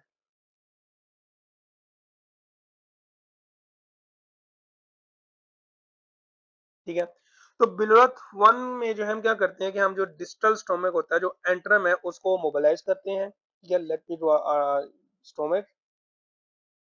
ठीक है, ये वाला जो एरिया होता है इसको हम मोबिलाइज करते हैं एंड वी रिसेक्ट दिस एरिया, ये वाला। ठीक है, अब ये जो एरिया हमने जो रिजेक्ट कर दिया है, इसको जो है हमने फिर बाकी एरिया को जो है वो डूडेनम के साथ जो है वो एनास्टोमोज कर देना है। इसको हम कहते हैं गैस्ट्रोडिडोनोस्टोमी। ठीक है, गैस्ट्रोडिडोनोस्टोमी, ये बेसिकली बिलोरो टाइप 1 है ऑपरेशन। ठीक है, टाइप 2 में क्या होता है? टाइप 2 में जो है बेसिकली हम antrum and distal part of the body of the stomach को जो है वो जो है रिसेक्ट करते हैं। लाइक हम जो है distal part of the body, इतना इतना जो एरिया है, फॉर एग्जांपल ये वाला जो एरिया है जो रिजेक्ट करते हैं, ये वाला। ठीक है, जब रिजेक्ट कर देते हैं तो होता क्या है कि आपका जो डूडेनल स्टंप है, ये जो duodenal, for example let me draw a diagram here ताकि आपको जो है वो समझ आ जाए। हमने जो है वो स्टोमक का ये वाला पार्ट जो है वो रिजेक्ट कर दिया है, इतना ही। ये आगे आपका डूडेनम स्टार्ट हो गया। ठीक है, ये वाला एरिया जो हमने रिजेक्ट कर दिया। अब हम डूडेनम को जो है वो डायरेक्टली इसके साथ एनास्टोमोज नहीं कर सकते। क्यों नहीं कर सकते? उसके पीछे रीजन है, बिकॉज ऑफ आपका ये जो डूडेनम होता है ये मोबाइल नहीं होता। ठीक है, तो जब ये मोबाइल नहीं होता तो अगर हम इसको कोशिश करेंगे एनास्टोमोस करने की तो होगा क्या, जो हम स्टिचेस लगाएंगे, एक प्रेशर क्रिएट होगा, प्रेशर क्रिएट होगा तो वो स्टिचेस हैं वो टियर कर जाएंगे, तो आपको जो है वो मैसिव एनास्टोमोसिस लीकेज जो है वो देखने को मिलेगी। तो इसलिए जो है हम बिलोरो टाइप 1 इसमें नहीं परफॉर्म करते। अगर तो आपका जो अल्सर जो है वो आपके distal part of the body में प्रेजेंट है या कहीं और प्रेजेंट है, ठीक है, तो इसमें जो है हम फिर गैस्ट्रोजेजुनोस्टोमी करते हैं और ये जो आपका डूडेनल स्टंप है इसको जो है हम क्लोज कर देते हैं। ठीक है, इसमें हम क्या करते हैं, गैस्ट्रोजेजुनोस्टोमी, हम जेजुनम के साथ जो है आपके स्टोमक को जो है वो एनास्टोमोस कर देते हैं गैस्ट्रोजेजुनोस्टोमी। ठीक है, अभी जो जब हम गैस्ट्रोजेजुनोस्टोमी करते हैं तो ये यहाँ पर एसिड कंटेंट है। ठीक है, अब जेजुनम जो है वो इसके साथ अटैच है, तो ये एसिड कंटेंट है, इसने डायरेक्ट जो है वो इसमें आना है आपके जेजुनम में। ठीक है, तो जब ये रिफ्लक्स होगा तो रिफ्लक्स होने से क्या होता है कि आपका जो एसिड है, यहाँ पर सबसे पहले तो आपको देखने को मिलेगा अल्सरेशन, क्योंकि डायरेक्ट एसिड जो है वो एक्सपोज हो रहा है इनटू द जेजुनम में। ठीक है, उसके बाद इसकी एक और कॉम्प्लिकेशन है, वो ये है कि आपका जो डूडेनम है, यहाँ से हमने स्टम्प तो कर दिया है लेकिन ये आगे जेजुनम में जो है वो अटैच होता है। ठीक है, डूडेनम जो है वो आगे जुजिनम के साथ जो है वो अटैच होता है, तो यहाँ से बाइल वगैरह भी आ रहा होता है। ठीक है, तो ये जो बाइल है ये क्या करता है, ये जब उसके साथ मिक्स होता है तो ये वापस जो है रिफ्लेक्स करवाता है। रिफ्लेक्स करवाएगा तो आपको जो अल्कलाइन रिफ्लेक्स गैस्ट्राइटिस जो है वो देखने को मिलेगा। It is a complication Bolero type 2। इसको ठीक करने के लिए जो है हम आगे रू एन वाई जो है वो प्रोसीजर को जो है परफॉर्म करते हैं, वो आगे मैं बताऊंगा एक्चुअल में होता गया है। तो this is a pictorial presentation of the Bolero 1 and Bolero 2। यहाँ पर आप देख रहे हो हमने जो है बिलोरेट वन में जो वो गैस्ट्रो ड्यूडेनोस्टोमी जो है वो करते हैं। ठीक है, दिस वन। ठीक है, और यहाँ पर आप देख रहे हो कि हम जो ये इसको हम टू लिम्ब भी कहते हैं, बिकॉज एक लिम्ब ये है और एक लिम्ब ये है। ठीक है, एक लिम्ब ये, एक ये लिम्ब ये है। रो एन एक्स में थ्री लिम्स होते हैं। ठीक है, कैसे होते हैं वो मैं आगे बताऊंगा। इसमें आप क्या करते हो, इसमें जो है आप distal part of the stomach जो है वो भी रिजेक्ट करते हो, साथ में आप इंटरम को रिजेक्ट करते हो, प्लस आप जो है वो गैस्ट्रोजिजिनोस्टोमी कर देते हो। ठीक है, अब होगा क्या कि अब यहाँ पर देख रहे हो कि यहाँ से बाइल नहीं आना है, जब बाइल आएगी तो यहाँ से एसिड रिफ्लक्स भी आ रहा है, इसके साथ जो है जो है मिक्सअप होगा। ठीक है, तो ये अल्कलाइन इन नेचर होती है। तो जब अल्कलाइन इन नेचर होती है, जो ये रिफ्लक्स होता है इसको हम अल्कलाइन गैस्ट्रिक रिफ्लक्स या गैस्ट्रिक जो आगे हम डिजीज पढ़ेंगे गैस्ट्राइटिस भी कहते हैं। ठीक है, रिफ्लक्स गैस्ट्राइटिस कहते हैं, अल्कलाइन रिफ्लक्स गैस्ट्राइटिस कहलाते हैं। तो इस चीज को ठीक करने के लिए जो है हम फिर जो है रू एंड वाई जो प्रोसीजर है वो परफॉर्म करते हैं। ठीक है, सो हमारा जो नेक्स्ट टॉपिक है what is vagus denervation and drainage. अब ड्रेनेज जो है किसी किसी प्रोसीजर में जो है वो जरूरत होती है in case of vagus denervation में। ठीक है, तो वेगस डिनर्वेशन जो है वो दो दो तरह की है। ठीक है, सबसे पहले तो समझ लो कि ये होती क्या है। तो वेगस नर्व का फंक्शन क्या था? वेगस नर्व जो है वो एसिड की प्रोडक्शन करवा रही थी, वो आपके स्टोमक को जो है इनर्वेट कर रही थी, उसको रिलैक्सेशन कर रही थी, वो आपके पाइलोरिक मसल को भी जो रिलैक्स करवाती थी, ठीक है? वो आपके जो है हेपेटोबिलियरी ब्रांच भी देती थी, जो कि आपके गॉल ब्लैडर की कॉन्ट्रैक्शन रिलैक्सेशन करवाती थी, ठीक है? उसके बाद आपकी जो पोस्टीरियर नर्व होती है, वहाँ से एक ब्रांच निकल रही थी जिसको हमने कहा था criminal nerve of the Grassi, वो आपके पोस्टीरियर साइड पे जो है वो इनर्वेट कर रही होती है, ठीक है? तो this is all about from the function of the vagus nerve, ठीक है? अभी जो वेगस नर्व है, जब हम इसको जो है डीनर्वेट कर देंगे, ठीक है? तो आपको कॉम्प्लिकेशन कौन-कौन सी देखने को मिलेगी? तो सबसे पहले तो हम देखते हैं कि आपको जो है पहला जो वेगर डीनर्वेशन है वो कौन-सी है? तो सबसे पहले जो है वो ट्रंकल वेगोटमी है, प्लस ड्रेनेज। ये क्यों है? ये आगे बताऊँगा मैं। ट्रंकल वेगोटमी में क्या होता है कि आपकी जहाँ से interior and posterior vagus nerve जो है वो ओरिजिनेट होती हैं, वहाँ से जो है हम उनको जो है वो रिजेक्ट कर देते हैं। जब हम रिजेक्ट करेंगे तो टोटली आपके स्टोमक की जितनी भी इनर्वेशन है, चाहे वो उसकी ब्रांच आ रही थी, सिलियक नर्व ब्रांच आ रही थी, चाहे वो हेपेटोबिलियरी नर्व ब्रांच आ रही थी, चाहे वो आपके जो है crow's foot of the Latarjet nerve की ब्रांचेज जा रही थी या पीछे की तरफ जा रही थी, सारा का सारा जो है वो खत्म हो जाएगा, ठीक है? इसका एक फायदा ये है कि इसमें जो है आपको 90% जो है वो एसिड आउटपुट कम देखने को मिलता है, बिकॉज ऑफ आपने कुछ छोड़ा ही नहीं है, आपने सिरे से ही उसको खत्म कर दिया है। लेकिन इसकी कॉम्प्लिकेशन ये है कि जब आप डिनरवेट करते हो तो वही आपकी जो ब्रांच है वो आपके पाइलोरस को भी इनर्वेट करी थी, ठीक है? पाइलोरस को इनर्वेट करी थी, साथ में जो है आपके स्टमक की जो है वो रिलैक्सेशन को भी जो है वो इन्वॉल्व कर रही थी, ठीक है? तो जब स्टमक जो है वो रिलैक्स नहीं होगा, कॉन्ट्रैक्ट नहीं होगा, तो आपको गैस्ट्रिक स्टेसिस जो है वो देखने को मिलेगी। इट इज अ कॉम्प्लिकेशन, ठीक है? और पाइलोरिक स्टेनोसिस, पाइलोरिक जो है उस वो कॉन्ट्रैक्ट रिलैक्स नहीं होगा, तो वहां पर जो है आपको पाइलोरिक स्टेनोसिस जो है वो देखने को मिलेगी, ठीक है?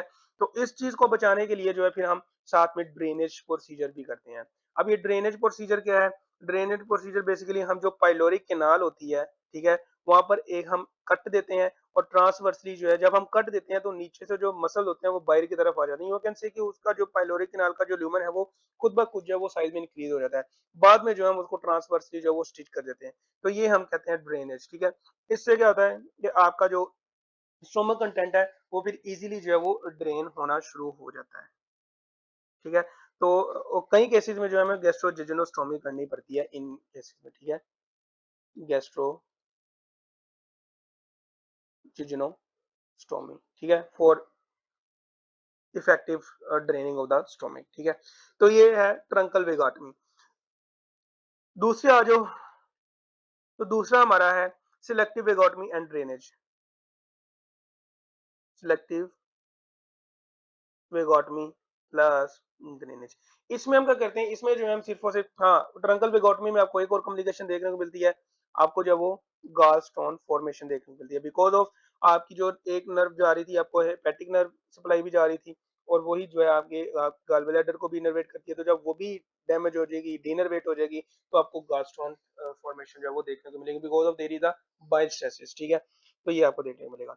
सिलेक्टिव वेगाटमी एंड ड्रेनेज में क्या होता है, आप जो है जो हिपेटोबिलियरी ब्रांच नर्व होती है उसको जो है प्रिजर्व कर लेते हो, बाकी नीचे जो जा रही होती है ब्रांचेस इनर्वेट करती हैं, उनको वो जो है आप डिनर्वेट करते हो, उसमें जो है फिर आपका जो पाइलोरस में वो भी इन्वॉल्व होता है। तो जब पाइलोरस इन्वॉल्व होगा, ठीक है, आपका स्टोमक इन्वॉल्व होगा, तो आपको यहाँ पर भी जो है वो ड्रेनेज की जरूरत पड़ेगी, because of there is a gastric stasis और there is a pyloric stenosis, ठीक है? उसके बाद तीसरा एंड मोस्ट इंपोर्टेंट, और ये है गोल्ड स्टैंडर्ड ट्रीटमेंट है, गोल्ड स्टैंडर्ड प्रोसीजर है इन केस ऑफ वेगोटमी, और वो है highly selective vagotomy. Highly selective vagotomy. इसमें आप क्या करते हो, इसमें जो फुट प्रोसेसेस होते हैं नर्व ऑफ लेटरजेट के, जिसको हम क्रॉस फुट कहते हैं, आपने सिर्फ वहां डीनर्वेट करनी होती है, ठीक है? सिलेक्टिवली, वेरी सिलेक्टिवली आपने जो है वहां पर इनकी जो है वो डीनर्वेशन जो है वो करनी होती है, ठीक है? तो ये सारा का सारा ट्रंकल वेगोटमी क्या होती है, सिलेक्टिव वेगोटमी क्या होती है, हाईली सिलेक्टिव वेगोटमी क्या होती है। आगे मैंने पिक्टोरियल प्रेजेंटेशन दी हुई है, तो यहाँ पर आप देख रहे हो कि अगर तो आप यहाँ पर जो है डीनर्वेट करते हो तो जहां जहां सप्लाई जा रही है वो सारी की सारी जो है वो डीनर्वेट हो जाएगी। तो इन केस आपको जो है ड्रेनेज करना पड़ता है करता है, क्योंकि आपकी जो स्टोमक है वो भी रिलैक्स वगैरह नहीं होगी, ठीक है।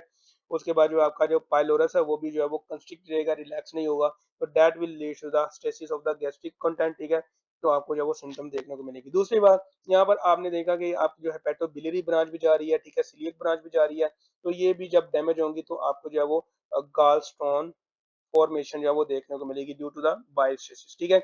उसके बाद अब यहाँ पे देख रहे हो कि selective total gastric gastric selective vagotomy, ठीक है।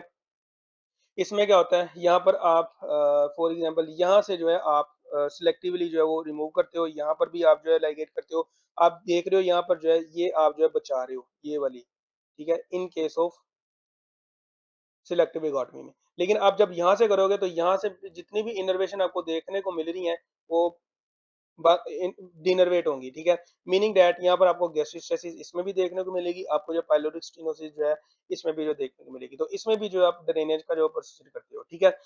थर्ड पे आप देख रहे हो कि प्रोक्सिमली हाईली सिलेक्टिव पैराइटल, इसमें जो जो पैराइटल सेल को जो इनर्वेशन मिल रही होती है, सिर्फ आप उसको जो है वो डिनर्वेट करते हो। Like here you can see, here you can see, here you can see, here you can see, here you can see, ये वाली आप देख रहे हो कि यहाँ पर जो है वो बची हुई है। तो आपका जो पाइलोरस है वो भी बचा, तो इसमें जो आपको ड्रेनेज प्रोसीजर की जो है वो जरूरत नहीं पड़ती। लेकिन इसकी जो एक कॉम्प्लिकेशन है वो ये है कि रीअकरेंस ऑफ द पीओडी आपको देखने को मिलती है, ऑफ पीओडी देखने को मिलती है। वो क्यों देखने को मिलती है? बिकॉज ऑफ जब आप डिनर वेट कर रहे होते हो तो आप गलती से जो है वो जो मैंने आपको बताया एक नर्व थी जिसका नाम था क्रिमिनल नर्व ऑफ ग्रेसी, आप उसको जो है वो जो है डिनरवेट करना भूल जाते हो, ठीक है। तो जब वो डिनरवेट नहीं होगी तो वो जो है आपकी पैराइटल सेल को जो वो स्टिमुलेट करेगी, एसिड प्रोड्यूस होगा, अगेन जो है आपको अल्सर देखने को मिलेंगे, ठीक है। तो this is the pictorial presentation of the vagotomy procedures, ठीक है। अब आ जाओ कॉम्प्लिकेशंस ऑफ द पीओडी। तो कॉम्प्लिकेशंस ऑफ द पीओडी में गैस्ट्रिक अल्सर की जो ट्रीटमेंट है उसमें जो आप गैस्ट्रेक्टमी करते हो, सिंपल इज दैट। मैंने ड्यूडेनल अल्सर के जो प्रोसीजर है वो बता दिए। गैस्ट्रिक अल्सर के ट्रीटमेंट में जो आप जो गैस्ट्रेक्टमी करते हो एंड रिमूव करते हो जो एरिया इफेक्टेड होता है। बहरहाल कॉम्प्लिकेशंस ऑफ द पीओडी में सबसे पहले तो आपने जो याद रखना है वो है आपका रिकरेंट अल्सरेशन, ठीक है। रिकरेंट अल्सरेशन, और ये क्यों देखने को मिलता है, ठीक है, ये इसलिए देखने को मिलता है बिकॉज ऑफ जो सर्जन है वो भूल जाते हैं डिनर्वेट करना कौन सी नर्व को, क्रिमिनल नर्व ऑफ ग्रेसी को। तो आपको जो है रिकरेंट अल्सरेशन है वो देखने को मिल सकती है, ठीक है। उसके बाद आ जाओ what is dumping syndrome and it is very very important, ठीक है। इसके ऊपर फाइनली स्टूडेंट को जो है वो शॉर्ट क्वेश्चन आ सकता है, एससीक्यूज आ सकते हैं, इनमें से एमसीक्यूज भी आ सकता है, ठीक है। तो जो आपका डंपिंग सिंड्रोम है बेसिकली ये दो तरह का है, ठीक है। या तो ये लेट डंपिंग सिंड्रोम है या तो ये लेट अर्ली डंपिंग सिंड्रोम है या तो ये लेट डंपिंग सिंड्रोम है। तो सबसे पहले तो हम देखें कि what is early dumping syndrome,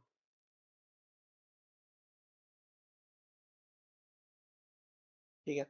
तो ये जो अर्ली डंपिंग सिंड्रोम है ये किन पेशेंट्स में आपको देखने को मिलता है? ये बेसिकली ये किसी भी पेशेंट में जो है वो आपको देखने को मिल सकता है पेप्टिक अल्सर सर्जरी के पेशेंट्स में, ठीक है। लेकिन मोस्ट कॉमनली जो है ये बिलोरो टाइप 2 के पेशेंट में जो है आपको देखने को मिलता है, ठीक है। अच्छा, होता क्या है? होता ये है कि अर्ली डंपिंग में जो जो कि मोस्ट कॉमनली जो है वो 5 टू 45 मिनट्स के दौरान आपको देखने को मिलती है आफ्टर ईटिंग। ये आपने याद रखनी ड्यूरेशन, क्योंकि इसी पर जो है सारी गेम है कि अर्ली डंपिंग की कब होती है और लेट डंपिंग कब होती है। तो अर्ली डंपिंग जो खाने के 5 से 45 मिनट के दरमियान हो, आपको सिम्पटम नजर आए तो वो आपको अर्ली डंपिंग सिंड्रोम कहलाता है।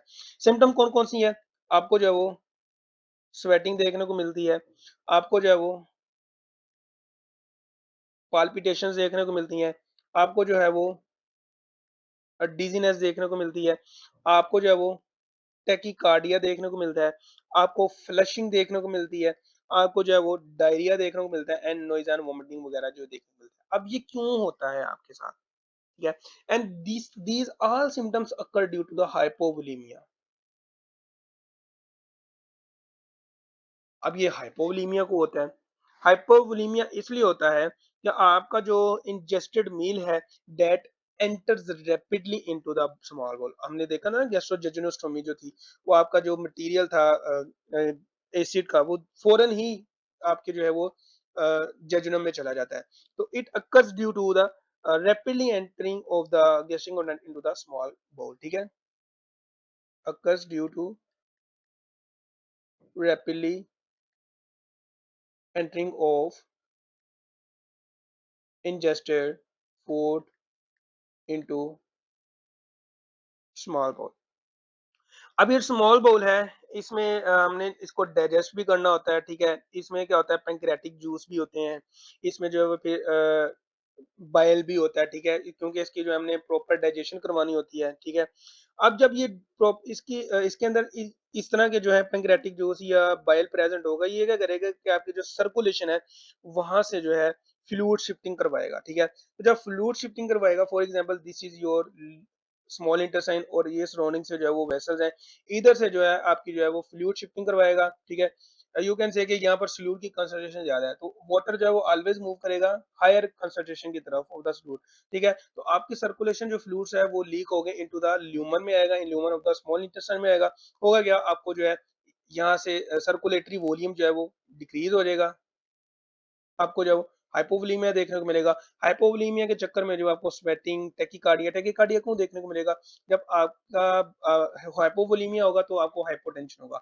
हाइपोटेंशन होगा तो उसको कंपेंसेट करने के लिए आपका जो हार्ट है वो पंप करेगा, तो आपको टैकीकार्डिया, पाल्पिटेशन देखने को मिलेगा। डिजीनेस क्यों देखने को मिलती है, ड्यू टू द हाइपोवोलीमिक, ठीक है। ब्लड सर्कुलेशन नहीं हो रही होती है अच्छे से, डिजीनेस आपको देखने को मिल सकती है, ठीक है। उसके बाद flushing and vomiting, nausea and vomiting क्यों होता है, बिकॉज ऑफ आपका जो ये वॉल्यूम है जो कि शिफ्टिंग हो रहा है into the small intestine human, इसमें पानी ज्यादा है, ठीक है। तो जब पानी ज्यादा है तो आपको डायरिया देखने को मिलेगा, आपको वोमिटिंग देखने को मिलेगी, ठीक है, फ्लशिंग देखने को मिलेगी, एटसेट्रा एटसेट्रा, ठीक है। तो ये सारा सारा खाना, तो आपने बात याद जो रखनी है कि early dumping is occur due to the hypovolaemia,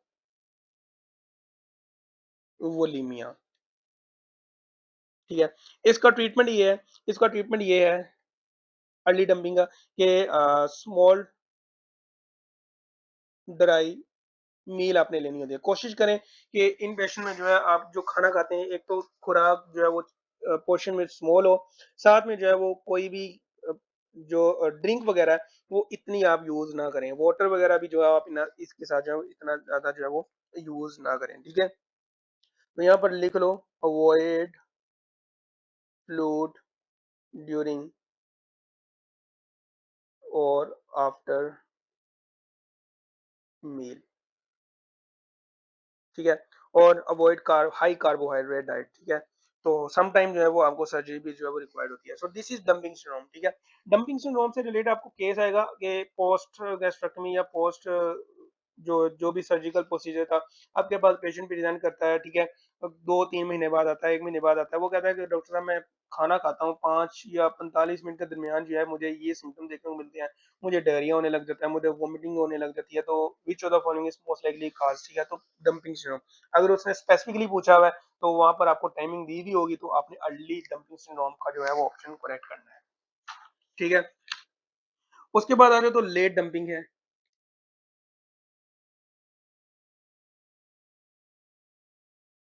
तो लेट डंपिंग जो है basically 2 to 4 hours after eating आपको जो है वो देखने को मिलती है, 2 to 4 आवर्स आपको जो है वो लेट देखने को मिलती है। इसमें भी बेसिकली वही सिम्टम्स है, लेकिन इधर जो स्टिमुलस है वो आपका जो है रिबाउंड हाइपोग्लाइसीमिया है,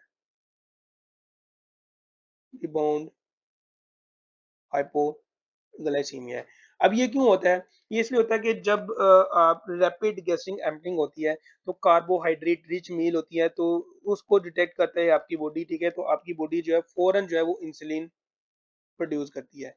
नो डाउट आपकी बॉडी में जो है आपके पेट में जो वेरी हाई कार्बोहाइड्रेट आपको देखने को मिलता है, लेकिन क्योंकि वो रैपिड एम्पटिंग होती है और उसमें जो फ्लूइड भी ज्यादा होता है, वो हाइपोवोलीमिया आपको जो है वो फ्लूइड देखने को फ्लूइड भी ज्यादा होता है, ठीक है। हो गया कि आपकी बॉडी इंसुलिन तो प्रोड्यूस कर देगी, लेकिन वो जो फूड मटेरियल है वो जल्दी नीचे चला जाएगा, ठीक है। आपको डायरिया में पेशेंट में देखने को मिलता है, लेकिन वो जो इंसुलिन है वो अब कहाँ पर काम करेगी, वो तो रिलीज हुई थी कि कार्बोहाइड्रेट को जो वो कैच करे। अब वो वही कार्बोहाइड्रेट है वो एज अ डायरिया जो वो बाहर हो चले गए हैं, ठीक है। तो इसमें जो है फिर आपकी जो बनी हुई इंसुलिन है ये मजीद जो है आपको जो है वो हाइपोग्लिसीमिया करवा देगी, ठीक है। तो इसमें रिबाउंड हाइपोग्लिसीमिया होता है लेट डमिंग सिंड्रोम में, ठीक है। उसमें जो है आपको हाइपोवोलीमिया देखने को मिलता है, ठीक है। And this will lead to rebound hypoglycaemia, ठीक है। तो इसका ट्रीटमेंट जो है ऑक्टीरियोटाइड जो है इसका ट्रीटमेंट है।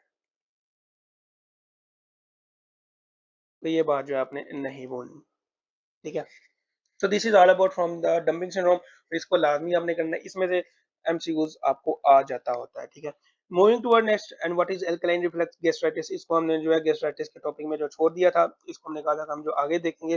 तो बेसिकली होता क्या है कि जो पेशेंट जिनमें हम जो है गैस्ट्रोजेजुनोस्टोमी करते हैं, ठीक है, या टाइप 2 बिलियरी टाइप 2 जो है परफॉर्म करते हैं, उनमें क्या होता है कि आपका जो स्टमक है वो एक्सपोज होता है इनटू द जेजुनम, ठीक है। तो होता क्या है कि एल्कलाइन एंड एसिडिक जो एनवायरनमेंट है वो मिक्सअप हो जाते हैं, ठीक है। एल्कलाइन जो आपका for example this is your duodenum, ठीक है, हमने जो स्टम्प लगा के क्लोज किया हुआ था। अब ये जो ड्यूडेनम है ये आगे आपके जो है for example this is your stomach, ठीक है। और यहाँ पर जो है हमने जजनोस्टोमी की हुई थी, ठीक है, गैस्ट्रो जजनोस्टोमी। और ये जो आपका जो था फॉर एग्जांपल डुडेनम था, इसको हमने अटैच किया हुआ था जुजिनम के साथ। तो यहाँ से बाइल आएगा तो ये यहाँ से रिफ्लक्स होके ऊपर जाएगा, तो that will lead to the alkaline reflux gastritis, ठीक है। तो इसकी प्रेजेंटेशन क्या है, इसकी प्रेजेंटेशन ये है कि आपको कॉन्टिन्यूस एपिगैस्ट्रिक पेन पेशेंट को देखने को मिलती है, कॉन्टिन्यूस एपिगैस्ट्रिक पेन देखने को मिलती है। बिलियस वोमिटिंग आपको देखने को मिलती है बिकॉज ऑफ बाइल जो है वो जा रही है ऊपर, बिलियस वोमिटिंग देखने को मिलती है, ठीक है। इन पेशेंट में आपको वेट लॉस देखने को मिलता है, ठीक है। आयरन डेफिशिएंसी एनीमिया इन इन पेशेंट में जो है वो देखने को मिलेगा। एक कोलेरेडिया इन पेशेंट में देखने को मिल सकता है। गैस्ट्राइटिस जो आपको जो है वो देखने को मिलेगा ही मिलेगा, ठीक है। तो इस चीज को अवॉइड करने के लिए जो है हम जो है साथ में पेशेंट की जो फिर रू एन वाई गैस्ट्रोजेजुनोस्टोमी जो है वो कर देते हैं। तो प्रोसीजर का नाम है रू एन वाई गैस्ट्रोजेजुनोस्टोमी। हमने बिलोरो टाइप 2 में पढ़ा कि वो टू लिंग प्रोसीजर होता है। अब ये जो रू एंड वाई है बेसिकली ये बिलोरो टाइप 2 ही है, लेकिन इसमें जो वो थ्री लिंग जो है प्रोसीजर होता है। कैसे होता है ये हम मैं आगे आपको दिखा देता हूँ। सो this is your Bolero type 2। इसमें जो है लिंग 1 ये है और लिंग 2 है ये, ठीक है। इसलिए जो है होता क्या है कि आपका जो स्टोमक है ये एक्सपोज होता है फॉरन जुजिनम के साथ। एक तो आपको अल्सरेशन देखने को मिलेगी, ठीक है। दूसरी बात ये है कि यहाँ पर आपकी बाइल भी सिक्रीट हो रही है। तो ये बाइल जो है ये क्या करेगी, ये यहाँ पर जो है वो जब आएगी, ठीक है, तो ये अल्कलाइन रिफ्लक्स करवा देगी, ठीक है।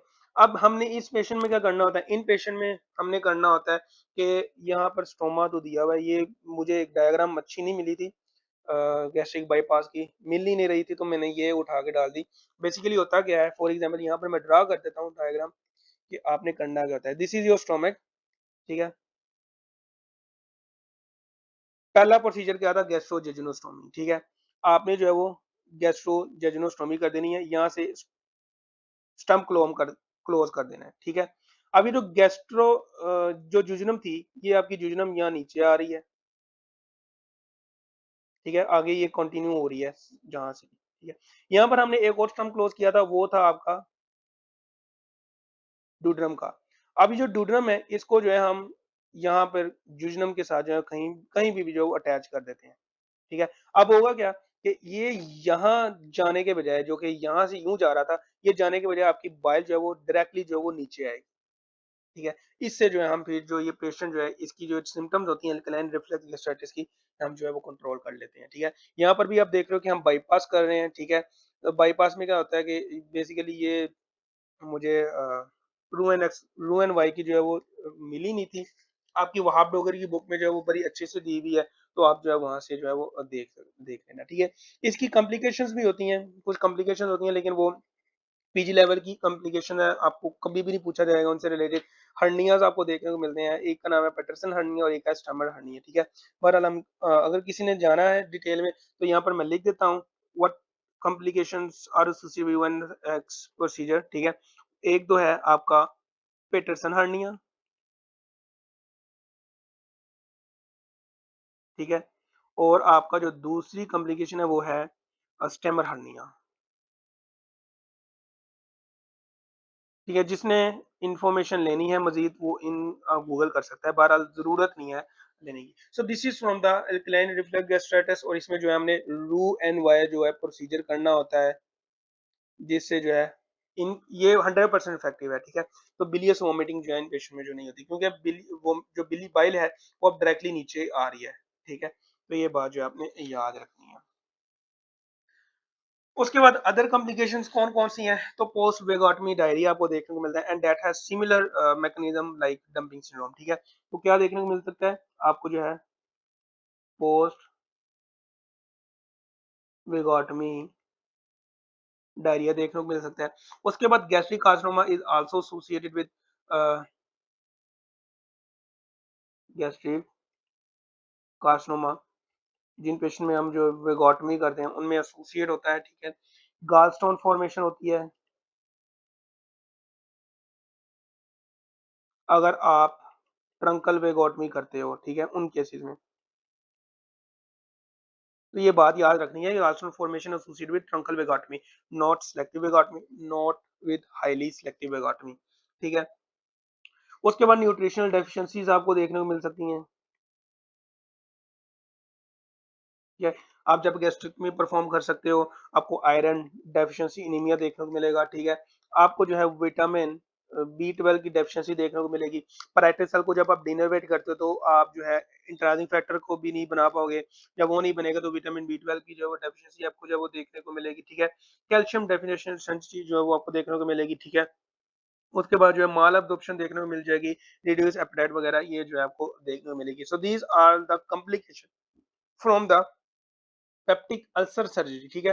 पेप्टिक अल्सर डिजीज की कॉम्प्लिकेशन कुछ और है, पेप्टिक अल्सर सर्जरी की जो है वो हमने अभी तक कॉम्प्लिकेशन जो है वो देखी थी। तो हमारा जो नेक्स्ट है वो है कॉम्प्लिकेशन ऑफ द पीओडी।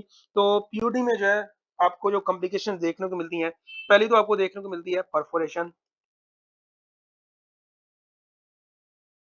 ठीक है। परफोरेशन होगी तो आपको जो है पेरिटोनाइटिस जो है वो देखने को मिलेगा, ठीक है। और परफोरेशन मैंने पहले ही बताया कि जब हम ड्यूडेनल पढ़ रहे थे तो परफोरेशन की मोस्ट कॉमन साइट कौन सी थी, anterior aspect of the duodenum, ठीक है। तो आपको एयर अंडर द डायफ्राम भी जो है वो देखने को मिलेगी, ठीक है। आप चेस्ट एक्सरे कर सकते हो, ठीक है। चेस्ट एक्सरे पर जो है आपको एयर अंडर द डायफ्राम देखने को मिल सकती है, ठीक है। उसके बाद जो है सीटी स्कैन भी कर सकते हो and it is more accurate, ठीक है। बट हमें जो है ये इसकी ज़रूरत नहीं पड़ती, आप एक्स-रे से जो है आपको जो है वो देखने को मिल जाता है, ठीक है। ल्यूकोसाइटोसिस इन पेशेंट में जो है देखने को मिल सकती है, हेमोडायनामिकली इंस्टेबिलिटी जो है वो देखने को मिल सकती है। इसका ट्रीटमेंट क्या है? ट्रीटमेंट ये है कि हमने जो इन पेशेंट को पहले जो है हेमोडायनामिकली जो है वो स्टेबल करना होता है, आईवी फ्लूइड्स देने होते हैं, नेज़ोगैस्ट्रिक एस्पिरेशन दिन करनी होती है, ठीक है। यूरिन आउटपुट को जो है वो देखना होता है, ठीक है। एंटीबायोटिक देनी होती है इन पेशेंट में क्योंकि पेरिटोनाइटिस हुआ हुआ है तो एंटीबायोटिक जो है वो देनी ही देनी होती है, ठीक है। अरेंजमेंट ऑफ द ब्लड भी आपने करना होता है। उसके बाद जो है आपने जो है क्या करना है, जनरल एनेस्थीसिया देना है, ओटी में ले जाना है after stabilisation of the patient. उसके बाद जो है क्या करना है, आपने एनेस्थीसिया देके जो है मिड लाइन इंसिजन देनी है। मिड लाइन इंसिजन देने के बाद आपने पेरिटोनियल कैविटी को जो है वो वॉश करना है with plenty of normal saline because of peritonitis है, ठीक है। उसके बाद जो है आपने ट्रांसफर डायरेक्शन में जो है वो स्टिचिंग कर देनी है, ठीक है। तो ये मैं मोटा-मोटा बता रहा हूँ, कॉम्प्लिकेशन इतनी ज़रूरी नहीं है लेकिन आपको पता नहीं चाहिए, सिर्फ़ बोल रहा हूँ, आपने जो है अभी अपने वहाब डॉगर की बुक में लिख देख लेना है, ठीक है। तो इसमें जो हम परफोरेशन को क्लोज़ करने के लिए पैच यूज़ करते हैं और उस पैच को हम कहते हैं ग्राम पैच रिपेयर। बेसिकली इस सर्जरी का नाम ही है ग्राम पैच रिपेयर। ये बेसिकली बाहर से कोई पैच नहीं हम लेते, ये बेसिकली आपका मोमेंटम ही होता है, उसको ही हम जो है जहाँ पर परफोरेशन हुई हुई होती है ना, फॉर एग्जांपल यहाँ पर परफोरेशन हुई होती है, यहाँ पर आपका जो मोमेंटम है उसको मोबिलाइज करते हैं थोड़ा सा, तो यहाँ पर जो है लगाकर जो है उसको स्टिच कर देते हैं। हम जो है उस होल को जो है वो फिर स्टिच कर देते हैं, ठीक है। अगर आपके स्टोमक में परफोरेशन हुई हुई है तो आपने वहां से वो बायोप्सी भी जो है वो लेनी होती है टू रूल आउट मैलिग्नेंसी, ठीक है। तो ये बातें जो आपने याद रखनी है। आप लेप्रोस्कोपिकली भी ये प्रोसीजर परफॉर्म कर सकते हो इफ पेशेंट इज हेमोडायनामिकली स्टेबल। अगर स्टेबल नहीं है तो फिर ओपन जो है सर्जरी के साथ जो है आपने जाना है, ठीक है। दूसरी कॉम्प्लिकेशन क्या है, आपकी ब्लीडिंग है, ठीक है? और इसमें से आपको सिर्फ 2 एमसीक्यूज़ पूछ सकते हैं, वो ये पूछ सकते हैं कि अगर in case of gastric ulcer कौन-सी आर्टरी ब्लीड होगी? Left gastric artery. और इन केस ऑफ डुodenal अल्सर कौन-सी आर्टरी ब्लीड होगी? आपकी गैस्ट्रोड्यूडेनल आर्टरी जो है, ये ब्लीड होगी। ठीक है?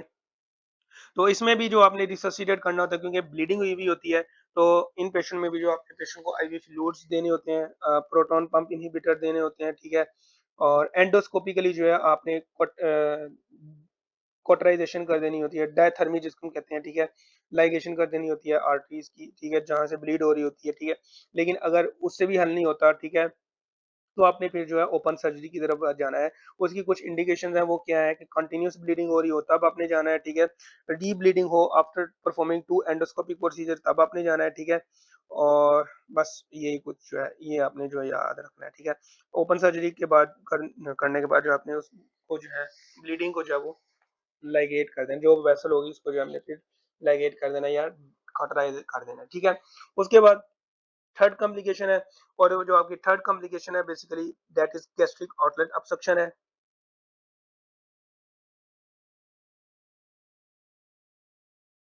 इसको हम पाइलोरिक स्टेनोसिस भी कहते हैं।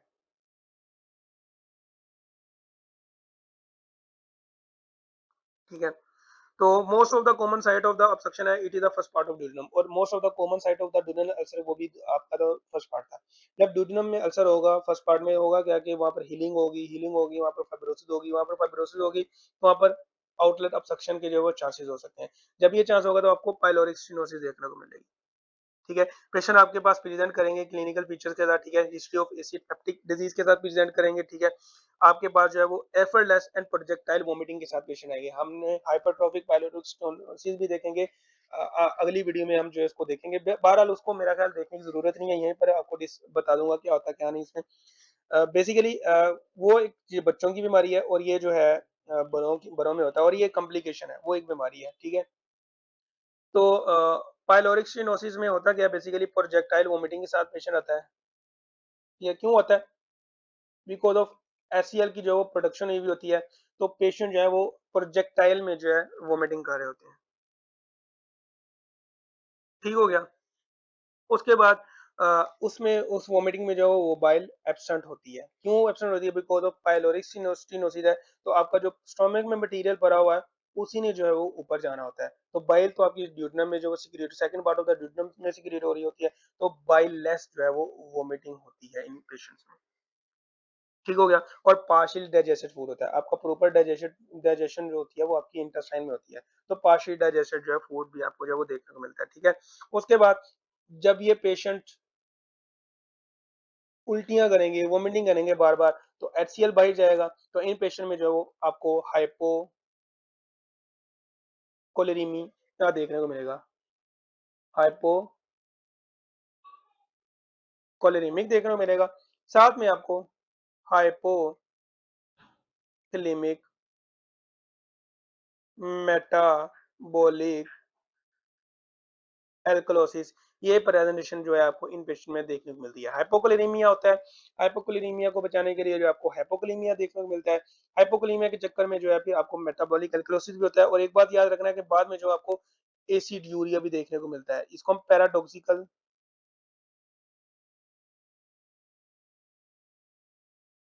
एसिड यूरिया भी कहते हैं। तो इन पेशेंट में जो आपको hypokalaemic metabolic alkalosis with paradoxical aciduria जो है वो देखने को मिलता है। बिकॉज ऑफ हाइपोकोलीमिया हुआ है पेशेंट को, तो हाइपोकोलीमिया को बचाने के लिए आपकी जो किडनी है वो हाइड्रोजन जो है वो सिक्रीट करती है। तो जब वो हाइड्रोजन आपके यूरिन में जाएगा तो वो जो यूरिन है एसिड यूरिया कहलाएगा। इसको हम पैराडॉक्सिकल एसिड यूरिया जो है वो कहते हैं, ठीक है?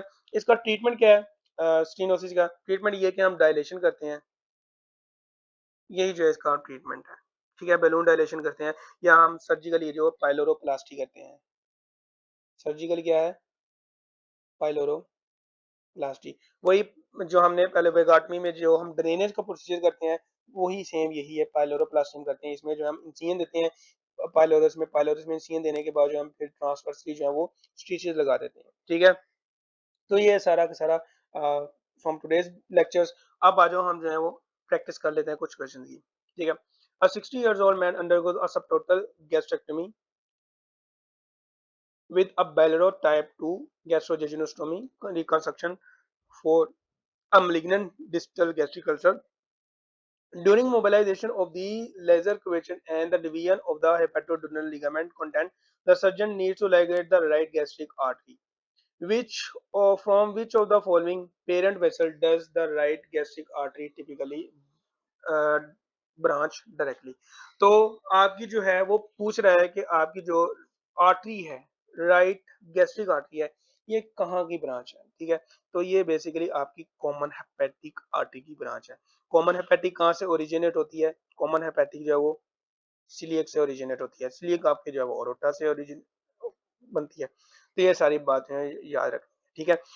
सिलियक जो है, सिलियक ट्रंक से जो है आपकी लेफ्ट गैस्ट्रिक आर्टरी जो है वो ओरिजिनेट होती है। स्प्लेनिक भी जो है वो आपकी सिलियक से ओरिजिनेट होती है। और जो आपकी गैस्ट्रो ड्यूडेनल आर्टरी है, ये भी बेसिकली आपकी जो है हेपेटिक आर्टरी से जो है वो ओरिजिनेट होती है। तो ये मैंने डिटेल में जो है आपको एनाटॉमी करवाई थी वेसल्स की, तो ये बातें जो है याद रखनी है। A 52 years old man presents with chronic epigastric pain with severe peripheral edema and weakness. Laboratory studies reveals a serum albumin level of 2.2 gram per deciliter. Albumin level बहुत ज्यादा कम है, ठीक है? Albumin is your protein. Upper gastrointestinal endoscopy demonstrate massive giant dugal folds in gastric body. ये बात हो रही है hypertrophy of the gastric mucosa की, जो कि menterier disease में हमने देखा था. And fundus with a normal appearing enteral mucosa. Biopsy of the thickened fold shows marked foveolar hyperplasia हुआ है, ठीक है?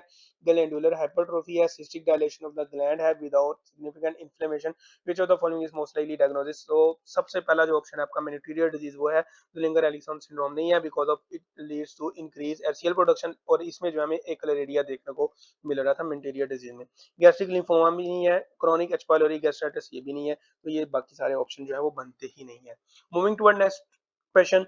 A 50 years old man with a long history of chronic epigastric burning pain is evaluated for peptic ulcer disease.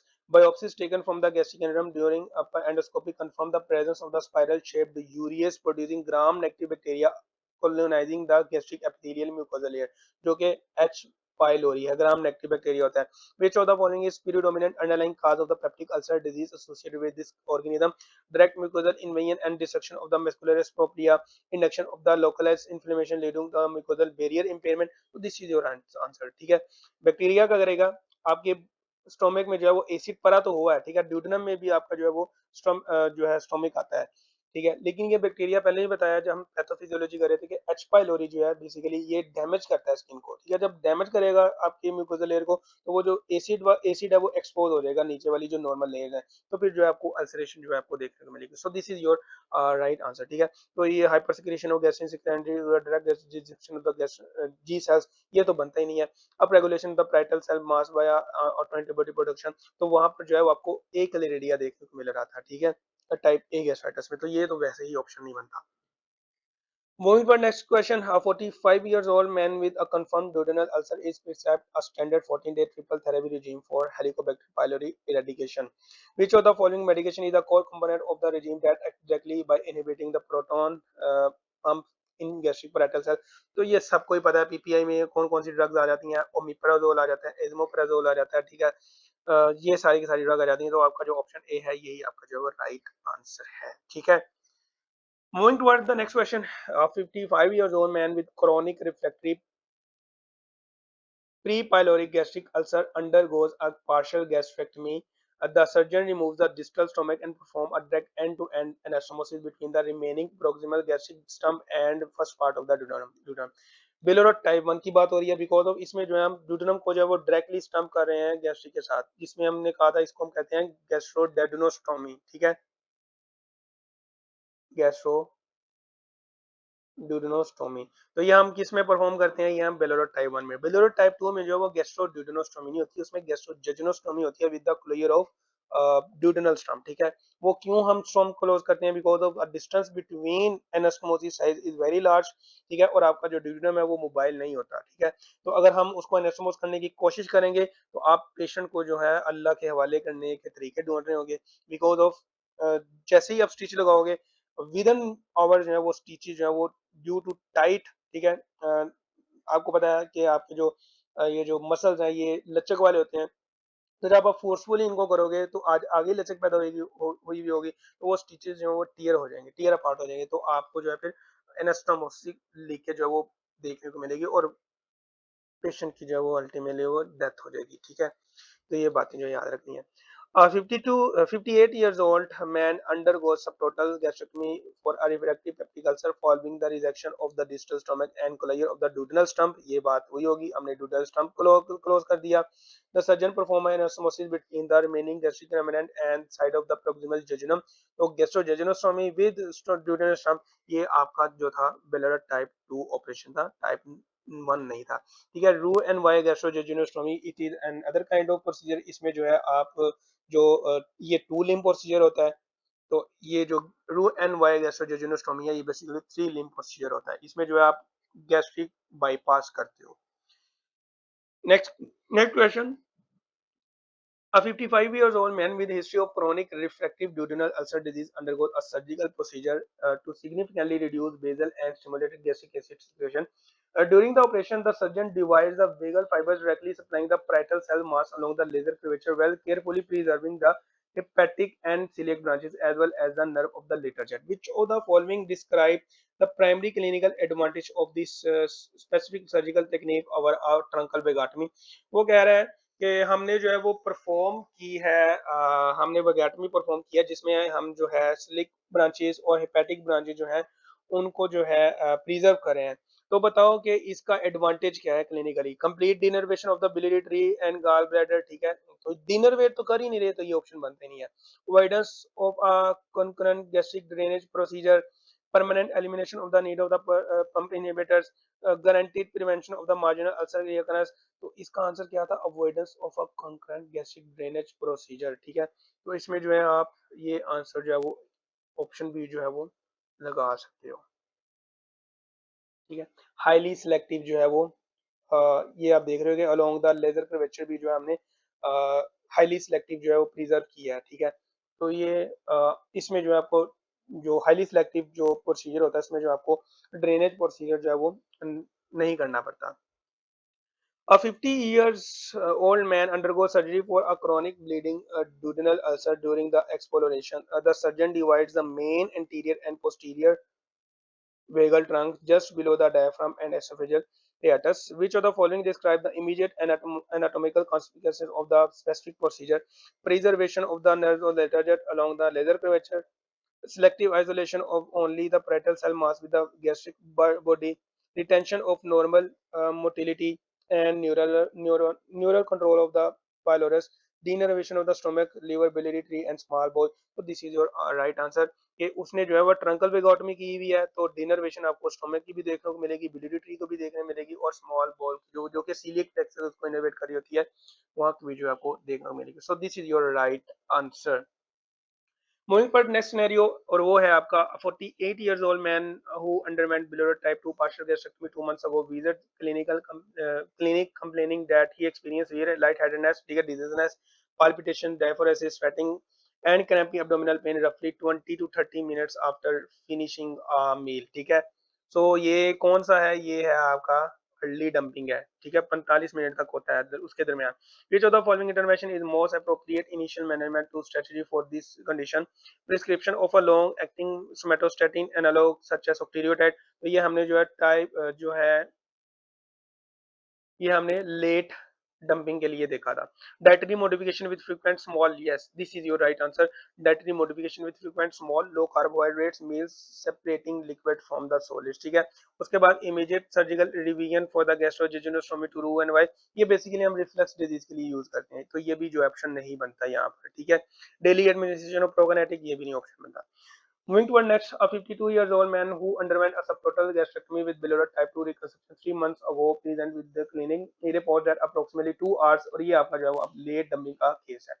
Finishing a carbohydrate-rich meal, he consistently experienced intense fatigue, sweating, dizziness, shakiness, and difficulty concentrating that resolve after the consuming a sugary snack, ठीक है। तो sugary snack के बाद वो resolve हो जाता है because of there is a hyper insulinaemia, ठीक है, हाइपोग्लिसीमिया इन पेशेंट में हो जाता है।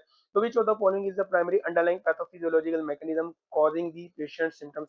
Rapid passage of the hyper osmolar port causing an immediate flow shift from the intravascular, ये आपको अर्ली डंपिंग में देखने को मिलता है। So this is not your right answer. Bacterial overgrowth, तो बैक्टीरियल ओवरग्रोथ का कोई यहाँ पर जो है वो जो है लिंक नहीं है। rapid delivery of the carbohydrate to the small intestine resulting in excessive insulin release and reactive hypoglycemia. So this is your right answer. Option C जो है आपका राइट आंसर है। जिसने ये लेक्चर अच्छे से लिया उसको ये सारे के सारे एमसीक्यूज आते हैं, ठीक है, और जिसने नहीं लिया उसके लिए मैं कुछ भी नहीं कह सकता। A 54 years old man who underwent biliary type 2, अच्छा ये नहीं नहीं, ये कुछ कोई और है।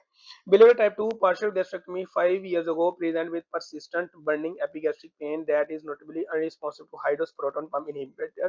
He also experiences a frequent non-bilious vomiting की बात हो रही है, और frequent projectile that does not relieve his pain along with significant weight loss भी है, ठीक है, and upper endoscopy reveals a severely inflamed erythematous gastric remnant with a bireflex with biopsy shows chronic reactive gastropathy, ठीक है।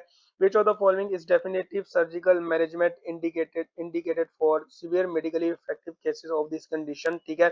तो ये basically reflex disease है, ठीक है, जिसमें आपका जो alkaline material of the duodenum है वो जा रहा है स्टमक में, तो अल्कलाइन रिफ्लेक्स डिजीज है। तो इसमें हमने देखा था कि बिलोरी टाइप 2 का ऑपरेशन है, तो इसको जो है हम फिर पेशेंट को जो है वो कन्वर्ट कर देते हैं इनटू द रू एंड वाई गैस्ट्रोजेजुनोस्टोमी। तो बाकी ऑप्शन जो है वो बनते ही नहीं है। टाइप 1 तो हमने करनी ही नहीं है क्योंकि type 1 is an separate thing, ठीक है। तो बिलोरी टाइप 2 की जो कॉम्प्लिकेशन होती है वो मोस्टली जो है वो इस रिफ्लक्स गैस्ट्राइटिस ही होता है, तो उसको जो है ट्रीट करने के लिए रू एंड वाई गैस्ट्रोजेजुनोस्टोमी परफॉर्म करते हैं। Moving forward next, a 56-year-old man who underwent a partial gastrectomy with biliary type 2 reconstruction several years ago. Patient present with fatigue, progressive lower extremity paresthesia. आपको जो है इसमें जो है विटामिन B12 डेफिशिएंसी का case है। इसमें जो आपको न्यूरोलॉजिकल सिम्टम देखने को मिलती हैं, एक्सट्रीमिटी पैरेस्थेसिया देखने को मिलता है, आपको पिंस एंड नीडल सेंसेशन जो है वो देखने को मिलती है, ठीक है। तो ये सारी की सारी बातें जो याद रखनी है। A laboratory workup reveals macrocytic anemia, तो विटामिन B12 डेफिशिएंसी है। Markedly decreased serum vitamin level. Which of the following nutritional deficiency is most like characteristically associated with this procedure? This is your right answer, जो कि already हमने बता दिया है। Moving forward next, तो आपका जो टॉपिक जो क्वेश्चन है, a 65 years old man with history of chronic dyspepsia presented to the emergency department reporting the sudden onset excruciating generalized abdominal pain. His vital sign shows temperature of 32 degrees Celsius. Blood pressure is 90 by 60 and pulse is 125 per minute. Physical examination reveals rigid board-like abdomen with diffuse rebound tenderness. Which of the following imaging finding is most characteristic of this patient's acute complication? तो ये perforation का case है, ठीक है, peptic ulcer perforating का case है। इसमें जो आपको रिबाउंड डिफ्यूज, ये याद रखना है आपने, इसमें जो आपको रिबाउंड रिबाउंड टेंडरनेस जो है वो देखने को मिलती है, वो भी ब्रॉड लाइक एब्डोमेन में, ठीक है। तो वो कह रहा है कि कौन सी ऐसी इमेजिंग फाइंडिंग है जो कि मोस्टली जो है वो इस कॉम्प्लिकेशन के साथ एसोसिएटेड है। तो परफोरेशन हुई है तो एयर अंडर द डायफ्राम जो आपको देखने को मिलेगी। डायलेटेड लूप आपको नहीं देखने को मिलेगा। डायलेटेड लूप अगर स्मॉल इंटेस्टाइन वगैरह में अगर ऑब्स्ट्रक्शन हुई है तो आपको डायलेटेड लूप वहां पर देखने को मिलेगा।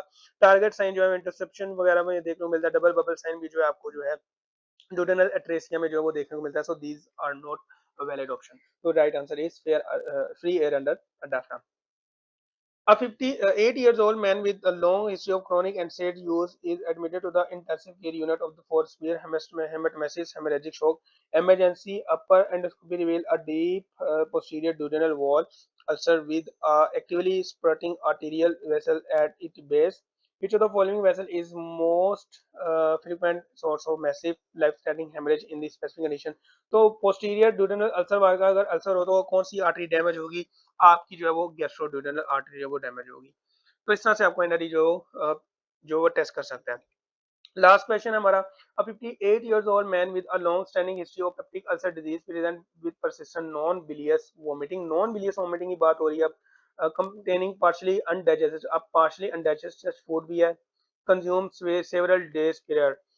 Physical examination reveals visible upper abdominal peristaltic wave and prominent succession splash, ठीक है। succession splash मतलब कि उसको जो प्रोजेक्टाइल वोमिटिंग हो रही है which of the following electrolyte and acid base abnormalities associated most classically associated with this patient condition। तो हमने क्या देखा था उसमें जो है HCl जब प्रोजेक्टाइल वोमिटिंग करेगा तो HCl बाहर जाएगा, HCl बाहर जाएगा तो उस पेशेंट में जो है वो हाइपोकलीमिया होगा, ठीक है। हाइपोकलीमिया कह रहा हूँ, हाइपोकैलोरीमिक होगा, ठीक है। कोलेरीन जो है वो लो होगा।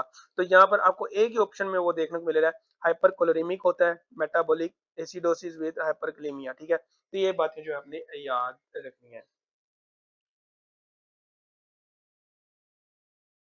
This is not our answer. This is our answer. Hypokalemic, metabolic alkalosis. Acidosis नहीं होता, ठीक है। So option D is our right answer. यहाँ पर hyperkaloremic का मेरी नजर नहीं की, लेकिन hypokalemic होता है। Hypokalemic metabolic alkalosis. So this is your right answer.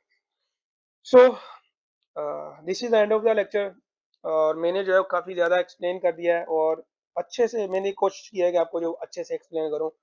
अब जो है हमारा एक ही टॉपिक रह गया and that is about cancer, gastric cancer, ठीक है। और एक आधा अगर और भी टॉपिक हुआ स्टमक से रिलेटेड वो भी जो है हम देख लेंगे। तब तक के लिए मुझे दीजिए इजाजत, अपनी दुआ में हमेशा याद रखें। अल्लाह हाफिज। और अगर किसी को कुछ समझ नहीं आती तो आपने जो है वो कमेंट सेक्शन में लाजमी पूछ लेना है, हमारी टीम जो है वो आपको आंसर देगी, जरूर देगी, ठीक है। अल्लाह हाफिज।